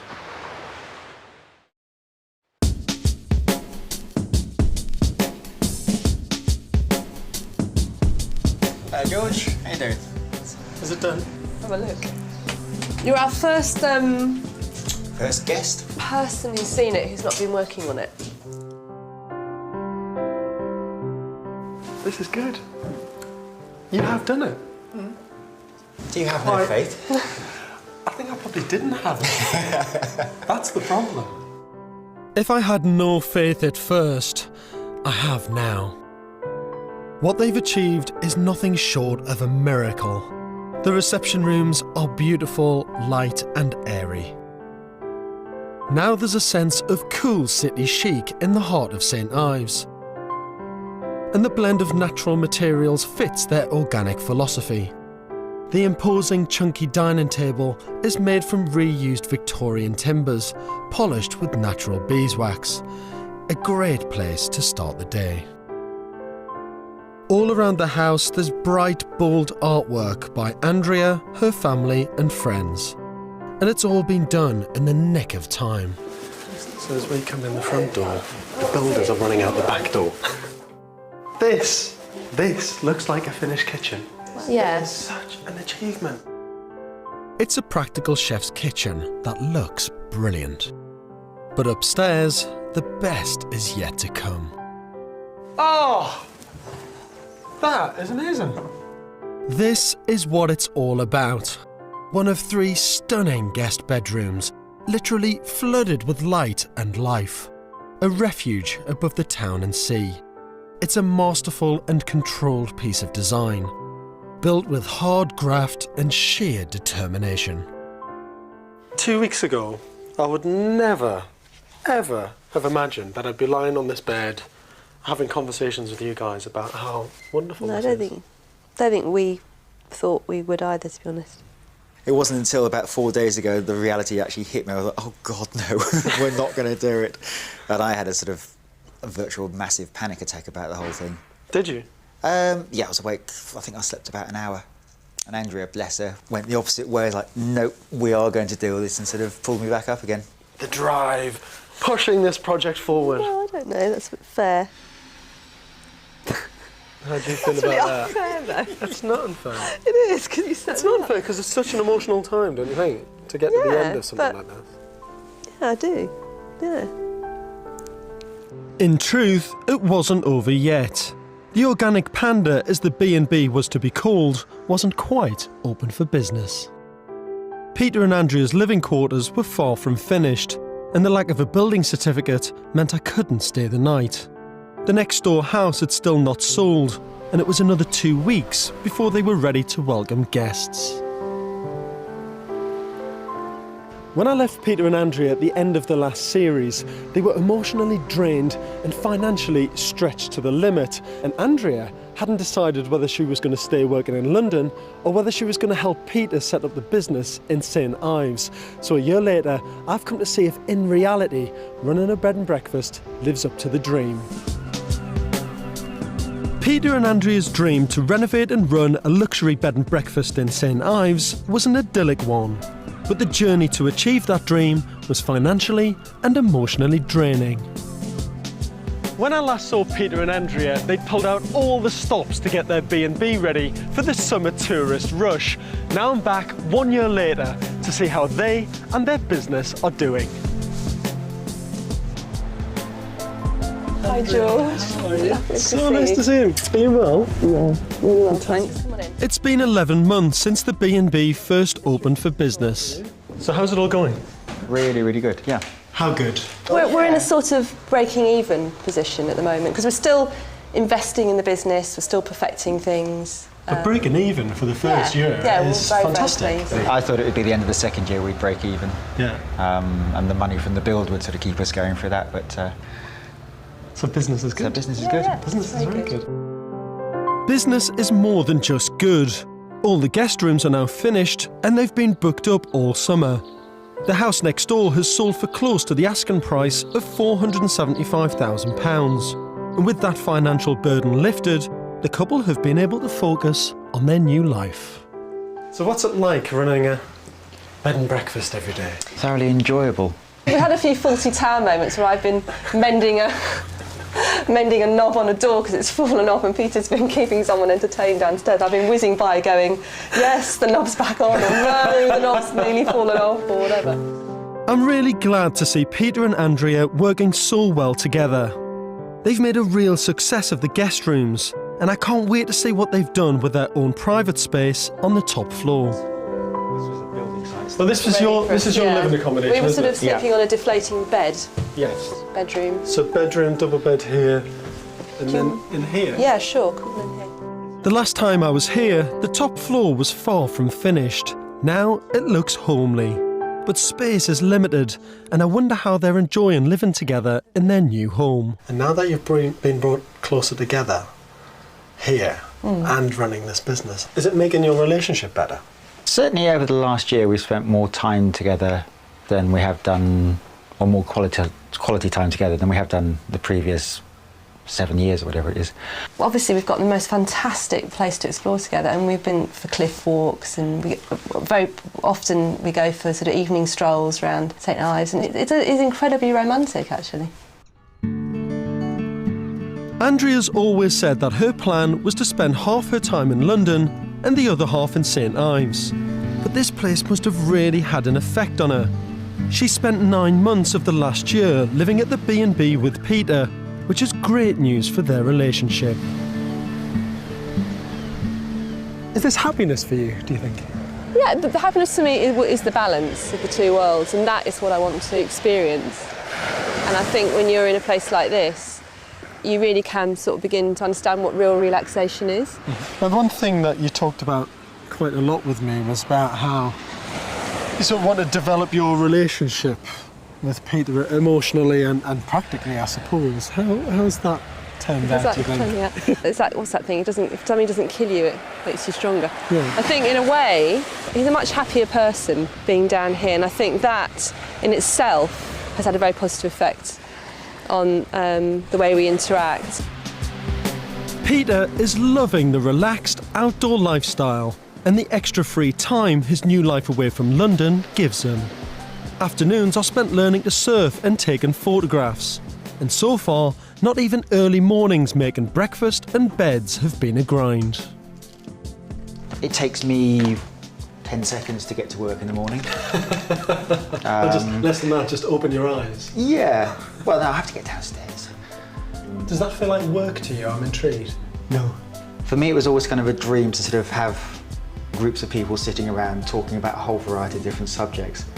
And breakfast time, that's what it's become. Peter and Andrea now have the life they dreamt of, but it hasn't all been plain sailing.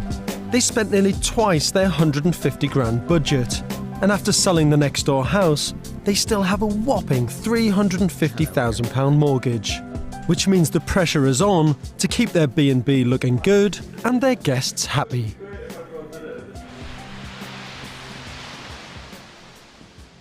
How would you describe your financial management of this project? Nursery school. So practically every single rule for property development and investment you broke? Yeah, but I think it's because, at the risk of sounding slightly hippie, but I think it's because, you know, we loved the house and the house loved us, and it was kind of destined we were meant to be there. And now, you both seem incredibly pleased, but you've been through so much. Has it been worth it? Definitely. I've got out of London, I'm much healthier and much happier. I'm fulfilling a very long-term dream to have a place by the sea and a place in the city. And I just feel very fortunate. It is such an incredible place. Peter and Andrea took a big risk, but it's paid off. They're happy, they've got a fab place in the most beautiful location, and their business is working. You couldn't wish for more. Web designer Jez Glover and barrister Laura Turner have spent their 20s working hard in London, but the capital has lost its appeal. You look at people's faces coming in and out of the buildings and they just look so unhappy. You're not happy with your life, change it. And that's exactly what they're doing. They've moved to the south coast to enjoy a sporting life and build themselves a spectacular glass-fronted beach house. It's a lot of money. It's a lot of money. It is the most expensive form of worktop we could possibly have. Yeah, well, it doesn't surprise me. This ambitious young couple want it all, but expensive tastes combined with zero building experience is a dangerous mix. 5-week overrun and £30,000. Yeah. There is no way the rest of the job can move forward like that. We've got so much to do on the house because we are literally slowly killing ourselves. Just want to live on the beach.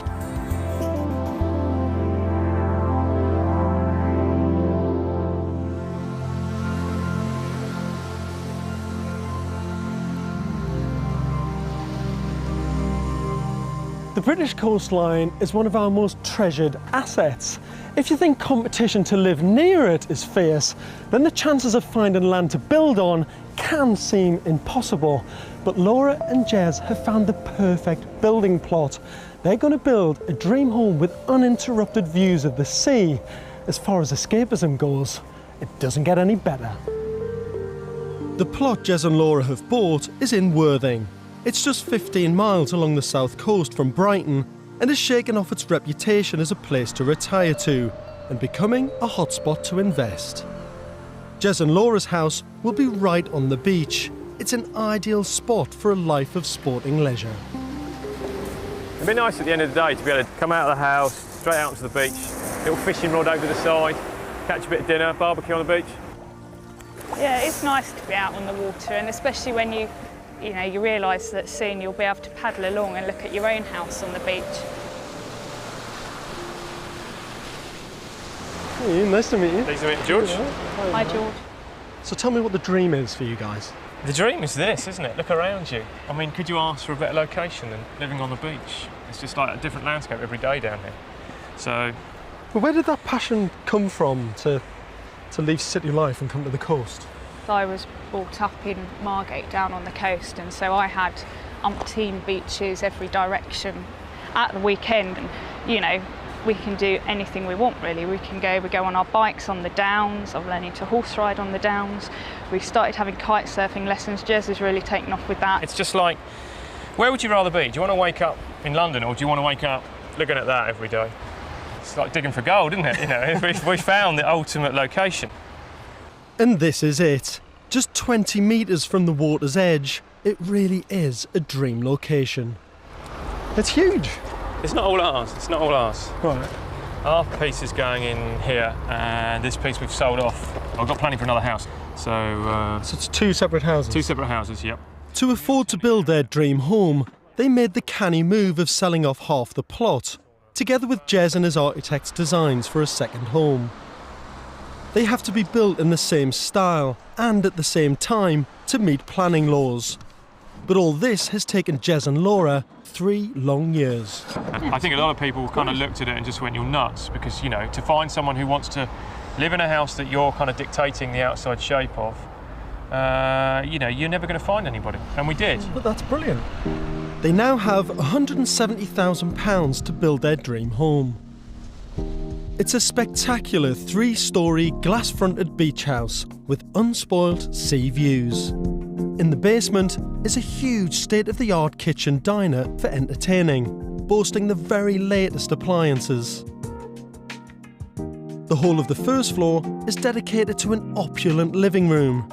The open stairwell floods the house with light, and the vast picture window frames the view perfectly. The top floor has a designer bathroom and 3 bedrooms. Jez and Laura's will have all the comforts of a luxury hotel and a balcony that will provide the perfect spot to watch the sunset over the sea. It's an impressive design with high quality detail, but pulling it off on their budget is ambitious. So how confident are you that you can deliver this dream home with £170,000? Yeah, I think that's part of the challenge now, is to see how far can we get on the money. We know we can get the shell up, we know we can get a lot of it complete. It's how far can we go to that, the little extra mile really, that really makes a house what it is. And so how long is this project going to take? When's it going to be finished? We will be in for next summer. Yeah. I've had to sit for 3 summers walking from our flat to the beach, sitting on the beach with the portable barbecue, looking at an empty plot with nothing on it It's for 3 summers in a row. Quite frustrating. And next summer we will be in the house. No matter what, you'll be in down there beating the contractors into action. In the 3 years it's taken to get building works off the ground, Jez and Laura have been paying a mortgage and renting a Worthing flat. To keep costs down, Jez is project managing the build, as well as running his web design company. But despite having absolutely no experience of the building game, he's confident it's the right decision. I just didn't see the point of paying quite a high percentage for someone to do what I'm effectively going to be doing. Yes, it has an impact, because it could all go horribly wrong, but it's calculating that risk. And to me, the financial reward of keeping the money and using the money elsewhere on the build is better. But when the build needs more of your time, which is bound to happen, isn't it, when you've got other trades on site, how's that going to work with work? It's just going to be a balancing act. Bring it on. London escapees Laura and Jez have moved to Worthing on the south coast to follow their passion for a life of sporting leisure. They're turning this beachfront plot into a spectacular glass-fronted home right on the water's edge. To afford the build, they've sold off half the plot, together with Jez's plans for another house, which will be built at the same time. The couple have been planning this house for 3 years. They want it to shout style and quality, and designer Jez is handpicking every single detail. Obviously, because of what I do have a very strong drive towards the visual side of things. So things like, you know, do you want a rounded profile, a square profile on the window? They do make a difference in the grand scheme of things. We've got to choose between brass or chrome. They'll paint the vents, trickle vents, but they won't paint the handles. Most people probably think, oh, don't be so fussy, because if you were to move in a house, you probably wouldn't even notice the window handles, let alone what colour they are. But when you're building something from scratch, I think it's the desire to make everything perfect. And I think I'm just scared that I'll make a decision and then get in there and go, oh my God, what have I done? But to achieve perfection on their budget of £170,000 is going to be tough. To cut costs, Jez has taken on the role of project manager, but he has absolutely no experience of the building game. I don't think it's that big a gamble. I just think it's one of those things you've just got to grab and do. I don't see it as a daunting task. You know, what's the worst that can happen? Confident talk, but perhaps a little naive. It's only 3 weeks in, and he's already facing a major problem on site. Jez is insisting on using waterproof concrete to build the basement, as the house is just 20 metres from high tide. But this is a heavy-duty concrete, normally used to build tunnels, and site manager Ashley Batchelor has never used it before. Been a bit of a struggle, really, right, with the details, because there's a lot of issues with using this. Right. There's just numerous problems that have sort of arisen. Right. When we originally started the drawings for the site, we opted to use a traditional waterproofing system. We switched over to this waterproof concrete. There's been no erosion from salt, which is obviously with the location is a major factor. But what it has done is it means that when we were ready to start with one system, at the last minute we've changed to this new system, but it means we've had to rethink all the detailing on the drawings. There could be more delays to come, I fear. This last-minute decision is going to cost. All the structural drawings need to be redone, and because of the delays, Jez is in danger of losing his contractors for the next stage. It's very, very difficult, and what I don't want to be caught in, and I'm really nervous, is that we get to a situation where one of the tradespeople phones us up and says, "Can't do it, I've had to take another job, you haven't been able to give us a date to commit to." And then we're left with this very short space of time to try and find new tradespeople that want to do the job, that we can check out and make sure they're good, and then try and get them in. And we could end up with this period where we have an empty site for some time.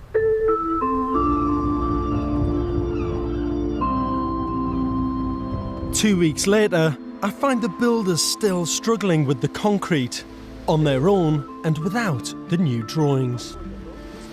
None of these problems should have been... They should have all been resolved before we started. Yeah. Obviously, that's been one of the main reasons for all the delays through this build, because they changed the spec of the materials. Yeah, yeah. While you were on site. Yeah. We still haven't got drawings that we need. I've spent a lot of time in our fantastic site hut. Yeah. Trying to organise and trying to sort out these drawings, because every time you look at one, something's wrong. Do you feel like you're being the project manager for this build? Yeah, I am, yeah. I am. If Jez is to keep control of this build, he can't afford to neglect his project manager duties. But his web design business demands he's regularly in London, leaving him to try and project manage 60 miles away. He was going to give me a quote for just taking out the wall and trimming back the concrete, which I'll get today, and then I'll come back to you. The juggling part is quite difficult. No two ways about it, it is hard. I'd be lying if I said it was easy, so it is difficult. Having to be really organising your time. We're going to run through that wall there, and if we go back around this way, you'll see... If I'd have kind of assessed how much time we'd have to put into it, would you actually do it? You get those days when the phone doesn't stop ringing and there's just lots of... They've got quite a lot on at the moment, and you just don't get enough time to actually spend enough time on any one job. And you just think, is this ever going to work?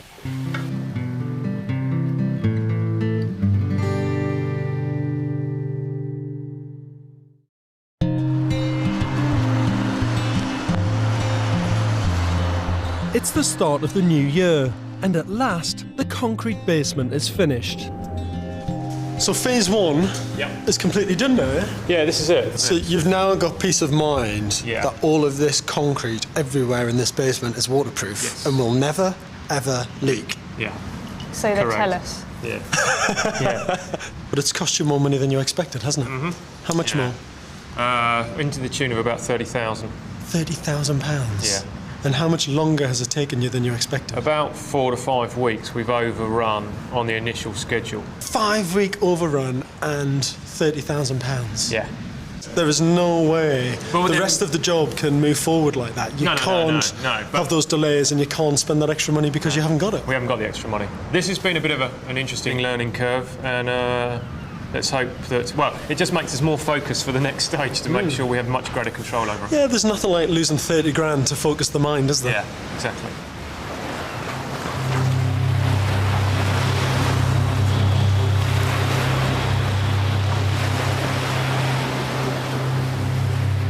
With a 30 grand hole in the budget, Jez can't afford to make any more project managing mistakes. Now it really is crunch time of making sure that the budget that's left is allocated and kept to. One thing that I've learned is it's no good just saying something to someone in the building trade. It needs to be written, it needs to be checked, and it needs to be ticked off, signed off. Not only is he now checking every last detail, he's committing every spare moment to swatting up on the building trade. Because I don't have the knowledge of a builder or of an engineer, so I am having to play massive catch-up on the evening and doing a quick internet course. It does mean weekends and evenings kind of go out the window. I think it does take a lot of his day, and sometimes it can get stressful. And I think he just gets a bit edgy when he thinks there might be something that's about to go wrong. He's not sleeping very well, like last night he couldn't get to sleep or whatever, and I know it's maybe that he's thinking about something that's on his mind, but he hasn't told me. But I think he's doing a fantastic job.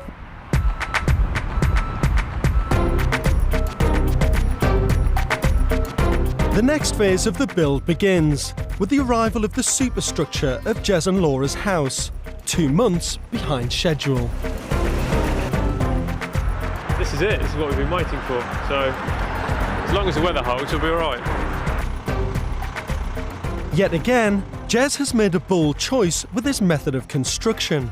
Instead of traditional bricks and mortar, he's using insulated panels of timber and polystyrene. Oh my God, they just look like those ice creams where you get the 2 wafers on the outside and the ice cream in the middle. I know it works, it's just funny to look at because it's just so out of the ordinary. It should be a fast and cheap way to build, but only if all of Jez's preparation work is correct. It's one giant jigsaw, and the panels have to fit within a millimetre onto the concrete footprint. It's a big responsibility for this first-time project manager. We've had one set of contractors building this from the engineers' plans down here. We've had guys in Scotland manufacturing this lot from their plans up there, and now it's put it 2 together. So today, or the next few days, it really is, does it all fit or does it not fit? So yeah, it's a testing time.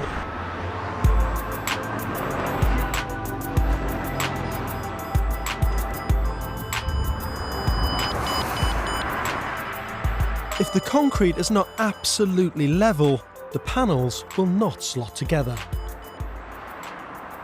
We might have to do something with this area here. It's sitting a little high.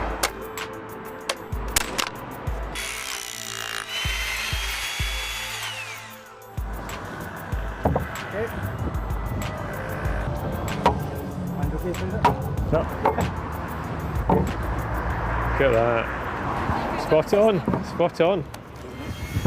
Jez's sleepless nights have paid off with a smooth assembly. I'm so happy now that you can actually see stuff happening, and you can see that, you know, it looks like a house to start with. It's huge. Yeah, it's good. Really, really good.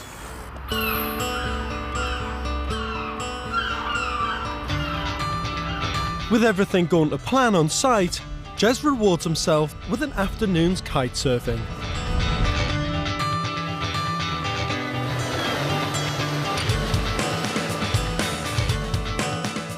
And Laura's also making time in her busy work schedule as a barrister for her new hobby.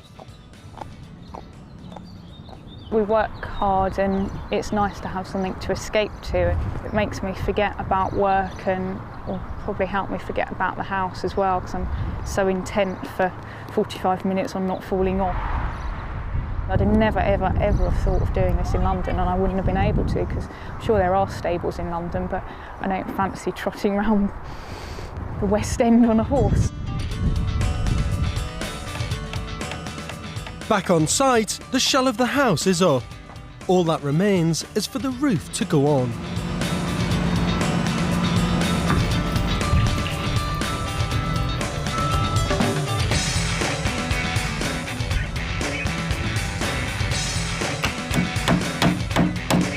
It's been a trouble-free assembly, taking just 2 weeks, half the expected time, thanks to Jez's efficient project management. Steel, the bolt needs adjusting on it because it's too far one side than the other. His attention to detail is impressive, and nothing escapes his meticulous eye. There's no nails. Floor joist needs nailing. Both loose. He has the builders working into the night to make sure every nail is in its rightful place.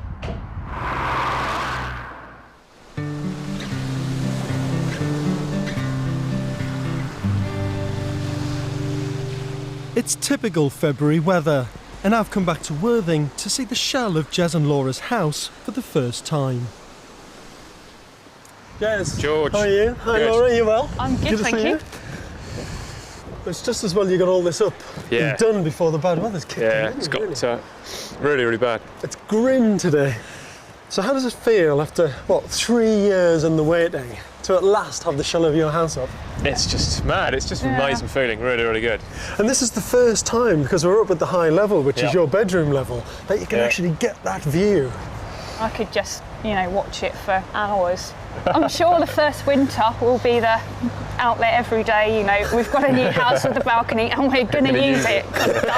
True British people in our hats, scarves, gloves. I think you might be out on the Cool. balcony. I'll be the other side of the glass going, this is nice and warm in here. With such a fantastic outlook on the beachside, I'm worried they're turning a blind eye to the incredibly busy road at the front. Do you think this compromises your quality of life and the lifestyle that you're looking for here?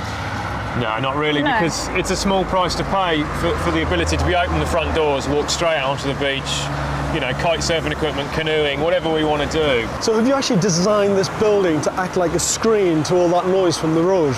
We've spent quite a lot of money on making sure that the back end of the house, well, all the windows actually going round, are highly insulated, really good sound properties. It's going to be quite an interesting test, isn't it? But I walk up here at the end when this house is done, all this noise and all this chaos, open the door, and whether that door, when it's closed behind me, everything's just nice and quiet. Yeah. Well, make sure you come at about 2 o'clock in the morning.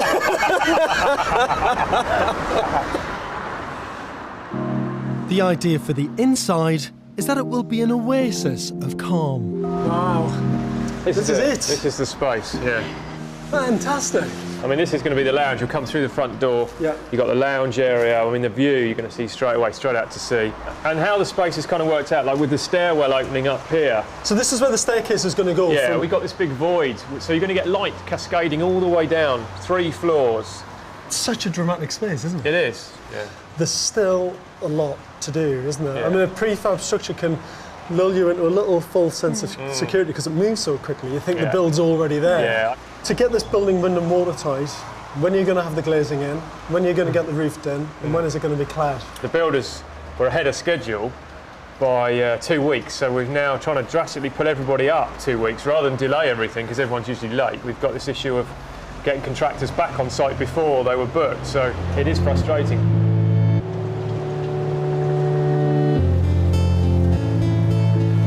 With the roof and window contractors not starting for 2 weeks, Jez and Laura's chipboard shell of a house is left exposed to the elements. And the weather forecast isn't on their side. Water's coming down our soil pipe where it comes out on the roof and it's dribbling all the way down the house, right into the basement, so it's now wet. I've got to try and stem the water, but hopefully our makeshift attempt will do until the roof goes on. With a 30 grand overspend already, severe weather damage could destroy Jez and Laura's hopes of completing the dream home they've worked so hard for. After a long winter of delays, Jez and Laura's beachfront house in Worthing is finally out of the ground. They are now battling to get it watertight before another spell of bad weather. The roof and walls are being clad and the windows installed. Jez has designed the house to make the most of the spectacular beach views. So despite being 30 grand over budget, he splashed out on 3 enormous picture windows, made to order in Germany and costing a whopping 18 grand.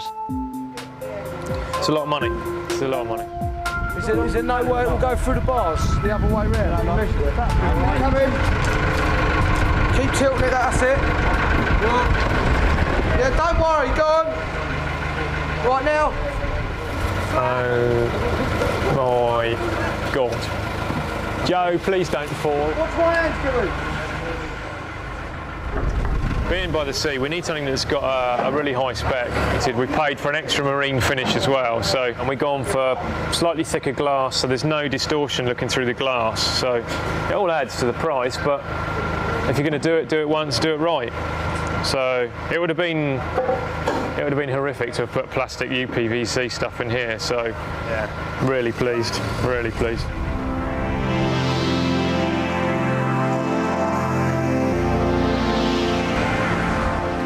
With the exterior taking shape, Jez's distinctive modern design is getting plenty of attention from the local residents. They're different, very different. We all said, and my wife as well, well, they look like a shed. I've got a shed that shape.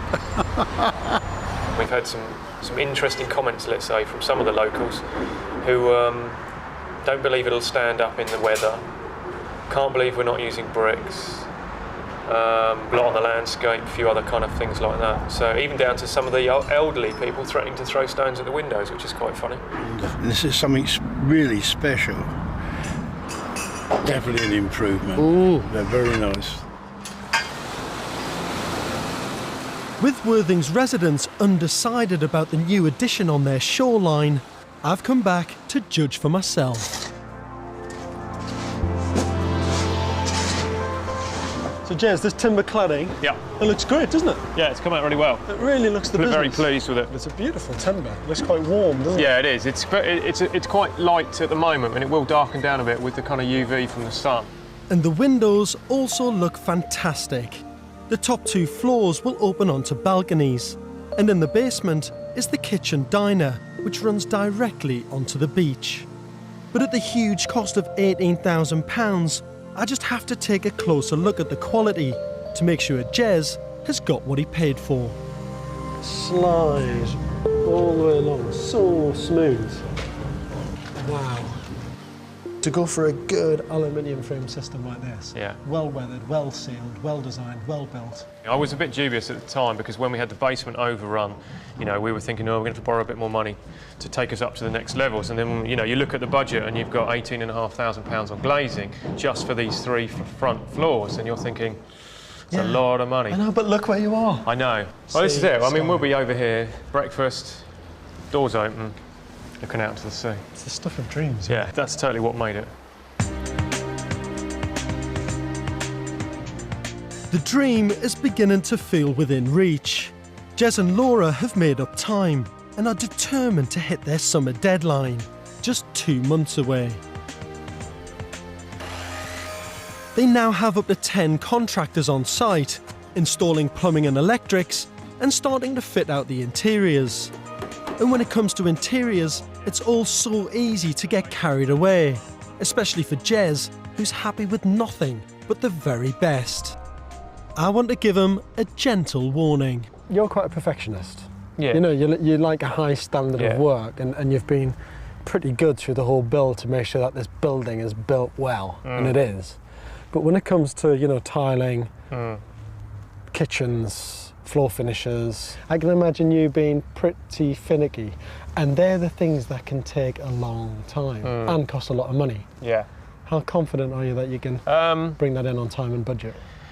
It'd be difficult because that's the part where you get quite excited about it, and you kind of think, you know, you lose all track of being focused on money, and it's quite easy to go, oh yeah, that looks great, we'll have that, we'll have that. So yeah. That's why I'm saying keep an eye on the pennies. You know? Yeah.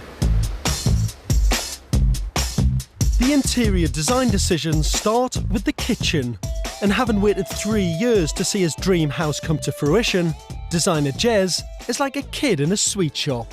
Look at that. Perfect. The house is not about following what is fashionable and what isn't, it's about making a statement about what we want. What we need to do is to sort out which timber we're going to use for the work surface. I'm more drawn towards this lighter one here. No doubt we've probably picked Zebrano. What's the difference in cost? On pound note terms, you'll be looking at paying sort of £800 to £1,000 more for the Zebrano over the walnut. So we're saying for work surface, trim, end panel, somewhere in the region of about 4,000 plus VAT. That's right. Okay, but it does just look so much better though, doesn't it? I want to go with that. Even though it is the most expensive form of worktop out of anything we could possibly have. Yeah, well, it doesn't surprise me, Jez is in danger of letting his expensive tastes run away with him. He's already spent £4,000, and that's just on work surfaces. There's still appliances, tiles, taps, and cabinets to buy. No, I just want one that's got one of these retractable hoses that comes out so you can wash vegetables, etc., that type of thing. Because the actual impact of it is coming down and actually seeing this big bank of units and going, You know, look at that. Just worried that it might end up looking a bit like a Manchester United football strip with red and white all over the place. But there isn't going to be red and white all over the place, is it? You're just going to have this one bang. Okay, so if we say we're definitely going to go red and white. Go with the red and white. Absolutely certain, because we're going to spend £15,000 on this and we can't change our mind. Yeah, no, I'm confident. It'll look good, trust me. Their 170 grand budget is disappearing fast, but they're determined not to compromise on quality. We're not going for cheap. Yeah, I mean, you could fit the house out for a lot less than what we're spending, but there is a quality and kind of finish to what we're trying to achieve. And that's part of the reason why we're building our own house, to get what we want. After the recent spending spree, Jez and Laura realise they're facing a budget crisis. Within a very short space of time from now, because everything's happening now, we've got to pay lots of people and our money's going to run out in a couple of months. Really, we've come to the point where we haven't got any choice but to borrow more money or stop the build, basically. As well as increasing their mortgage by 60 grand, they want to cut labour costs, so they've made a radical decision. It's actually beneficial for us to do a lot more work ourselves, which don't really want to do, but if we have to, we will, you know. Doing their own labouring might seem like a financial solution, but Jez and Laura both have demanding full-time jobs and no DIY experience. To finish this house, we're not talking about a lick of paint.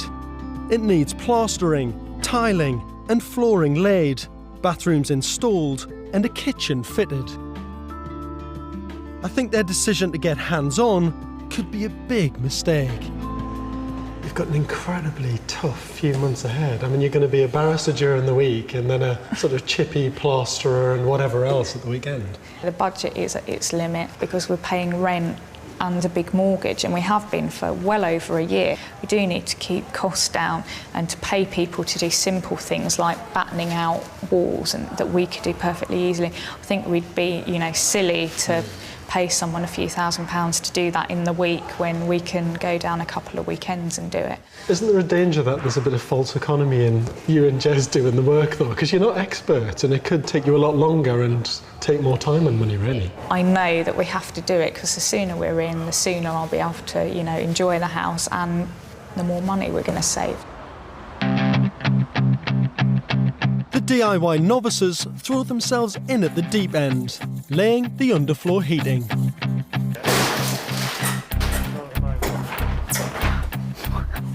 They're Laura-proof. It's not difficult. It's just kind of, you know, laborious working through it. It's nothing that no one, you know, don't have to be a skilled professional to do it. I have to disagree. It's a highly specialist job that I'd recommend should be left to the professionals. Turn the whole lot over then, Laura. No, keep going. You need to, because we're twisting as we go here. No, that isn't going to work. So lay that down. It looks quite simple from the drawings, but when you actually read the manual, it's just mind-boggling. It's got to loop round and then go back up again.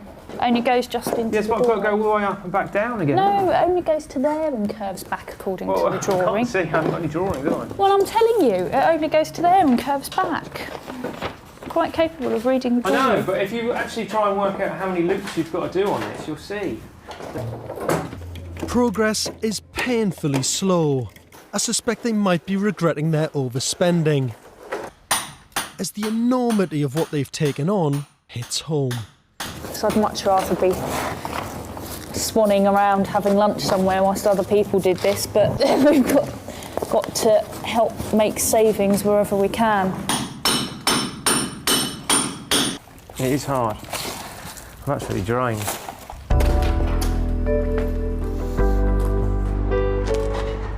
But this is just the start of it. From now on, they'll spend every weekend working on the house, including their anniversary.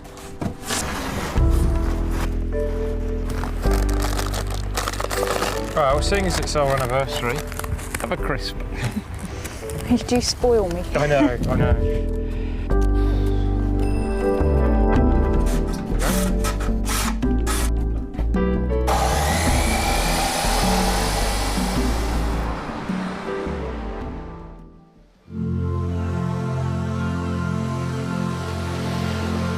It's one of the hottest summers in decades, and the south coast beaches are heaving. By now, Jez and Laura had hoped to be enjoying afternoons in the surf and sunset dinners on their balcony, but the house is nowhere near completion. From the start, Jez has been so passionate about the quality of workmanship in his dream home, but forced into doing all the work themselves, my big worry is they'll end up with a substandard result. How would you feel if this building wasn't really at the standard that you wanted it to be because you had to compromise on finishes? I wouldn't let that happen. It would be pointless to come all of this way and have spent 4 years getting it to this stage and then on the final hurdle letting it slip. It'd be a disaster, really. Yeah, it would. To be honest. Yeah.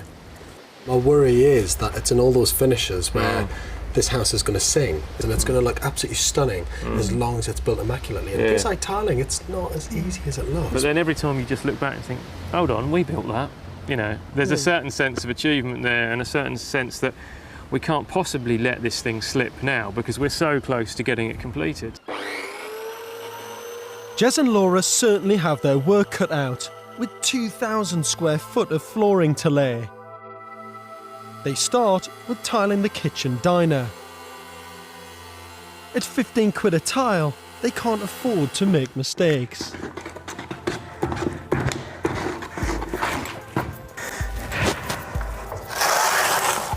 Because the kitchen arrives tomorrow, well, the rest of it arrives tomorrow, we need to get done so they can start fitting it. We're kind of racing against the clock here a little bit. It's difficult. It'll all be worth it. It's like our catchphrase, it'll all be worth it, which is our way of saying, for fuck's sake. We're literally just hanging in because we know, only another month and we can at least move in.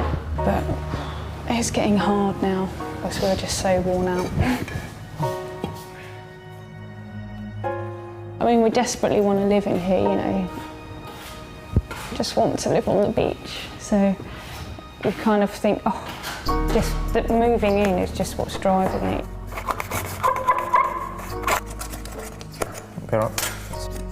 This is now their 10th consecutive weekend on site, and that precious summer is slipping away. Bill, don't do them all. Are you all right? Yeah.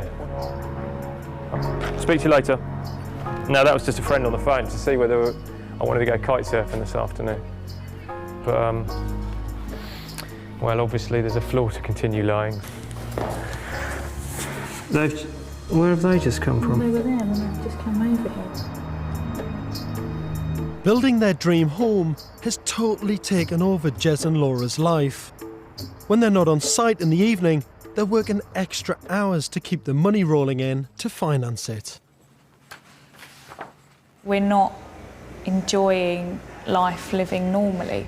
Dinner's arrived. The evenings, apart from eating together, one of us will be working. In a sense, we've lost some time of just having a normal life and enjoying life together. Oh, I need to go back and do some work now. Yeah. Okay. I'll be next door.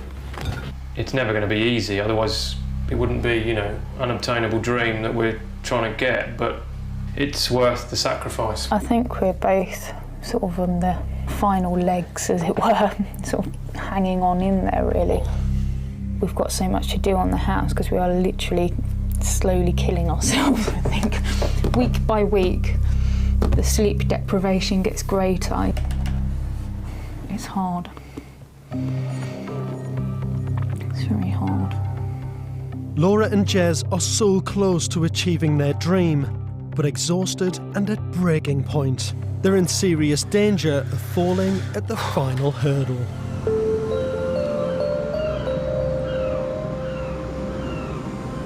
When I first met Jez and Laura, they were full of grand ideas and excitement about creating their perfect home.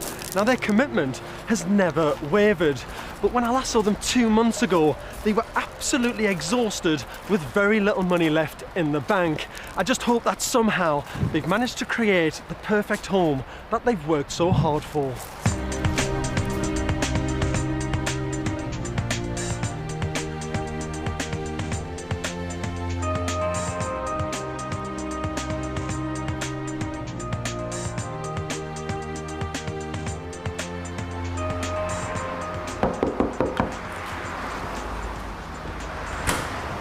Morning. George. Morning, How are George. you? Very Good to well, see you. thank you. How you doing? How you doing? Come on in.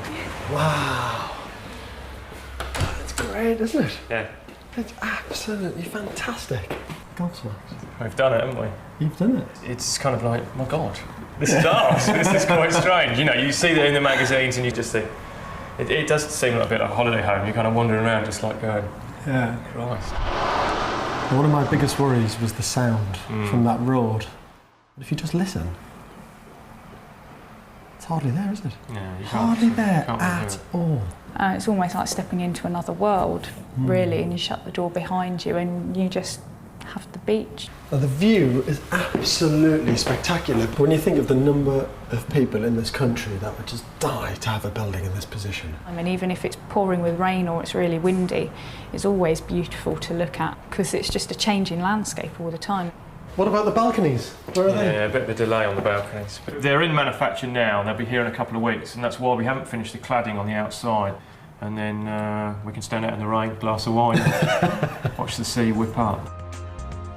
The balconies will certainly be the crowning glory of this impressive building that makes the most of its to-die-for views. Waking up in this bedroom would feel like being on holiday every day. Quite a romantic kind of setting. You get the moonlight coming through the windows, streaming in, and then the glistening of the water. The doors are open slightly and you can just hear the water washing up and down the stones. Very therapeutic. The kitchen, the kitchen, the kitchen. Yeah. It is. This is the bit I'm Down excited here. about. I've got a feeling I've saved the best till last. The kitchen was where the big money was spent and promises to be spectacular. Wow. Oh, my God. Look at it. It looks absolutely knockout, doesn't it? Yeah, we're really pleased actually with the kitchen. It's quite cool that you've gone for this The old, really, really vivid red colour as well. Very rich and deep. I mean, you can stand and look at it and there's just a solid reflection out of the Well, beach in the reflections are cupboards. stunning, aren't they? Yeah. And the tiles. Wow. Yeah, I remember you questioning my tiling. I was questioning your tiling. I was, Yeah. you know, I was a little bit worried about it, but it looks magic.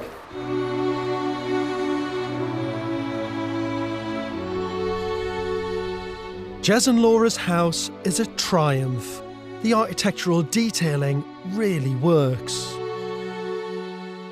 Light floods throughout the house, and their bespoke furniture is shown off beautifully in the crisp interiors.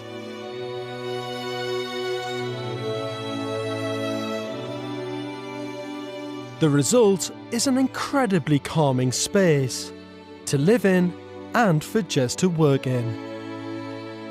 His uncompromising insistence on quality is evident everywhere. The finishes are beautiful, suggesting the luxury of a chic hotel.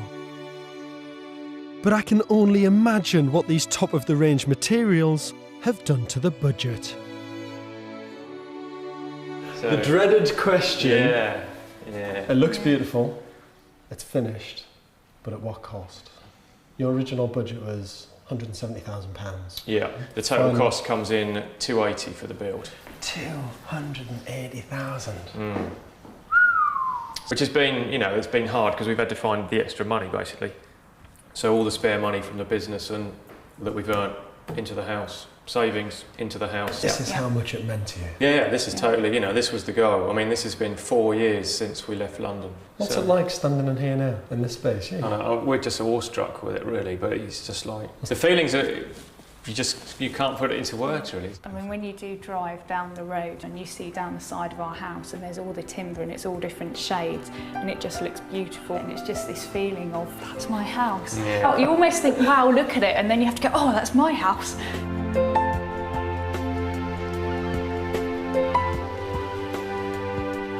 After 4 years of striving to build their perfect home, Jez and Laura can now relax and begin a new chapter of their lives together, living on the beach. Everything that we've ever wanted has just come doing this project.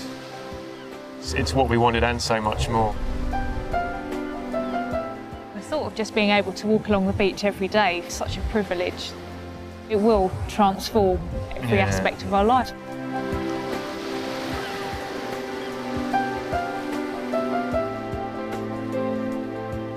Laura and Jez would never have been able to afford this spectacular home if they hadn't built it themselves. It cost £400,000, including the price of the plot, but must be worth at least double that. They really are an amazing testament to what can be achieved with determination, vision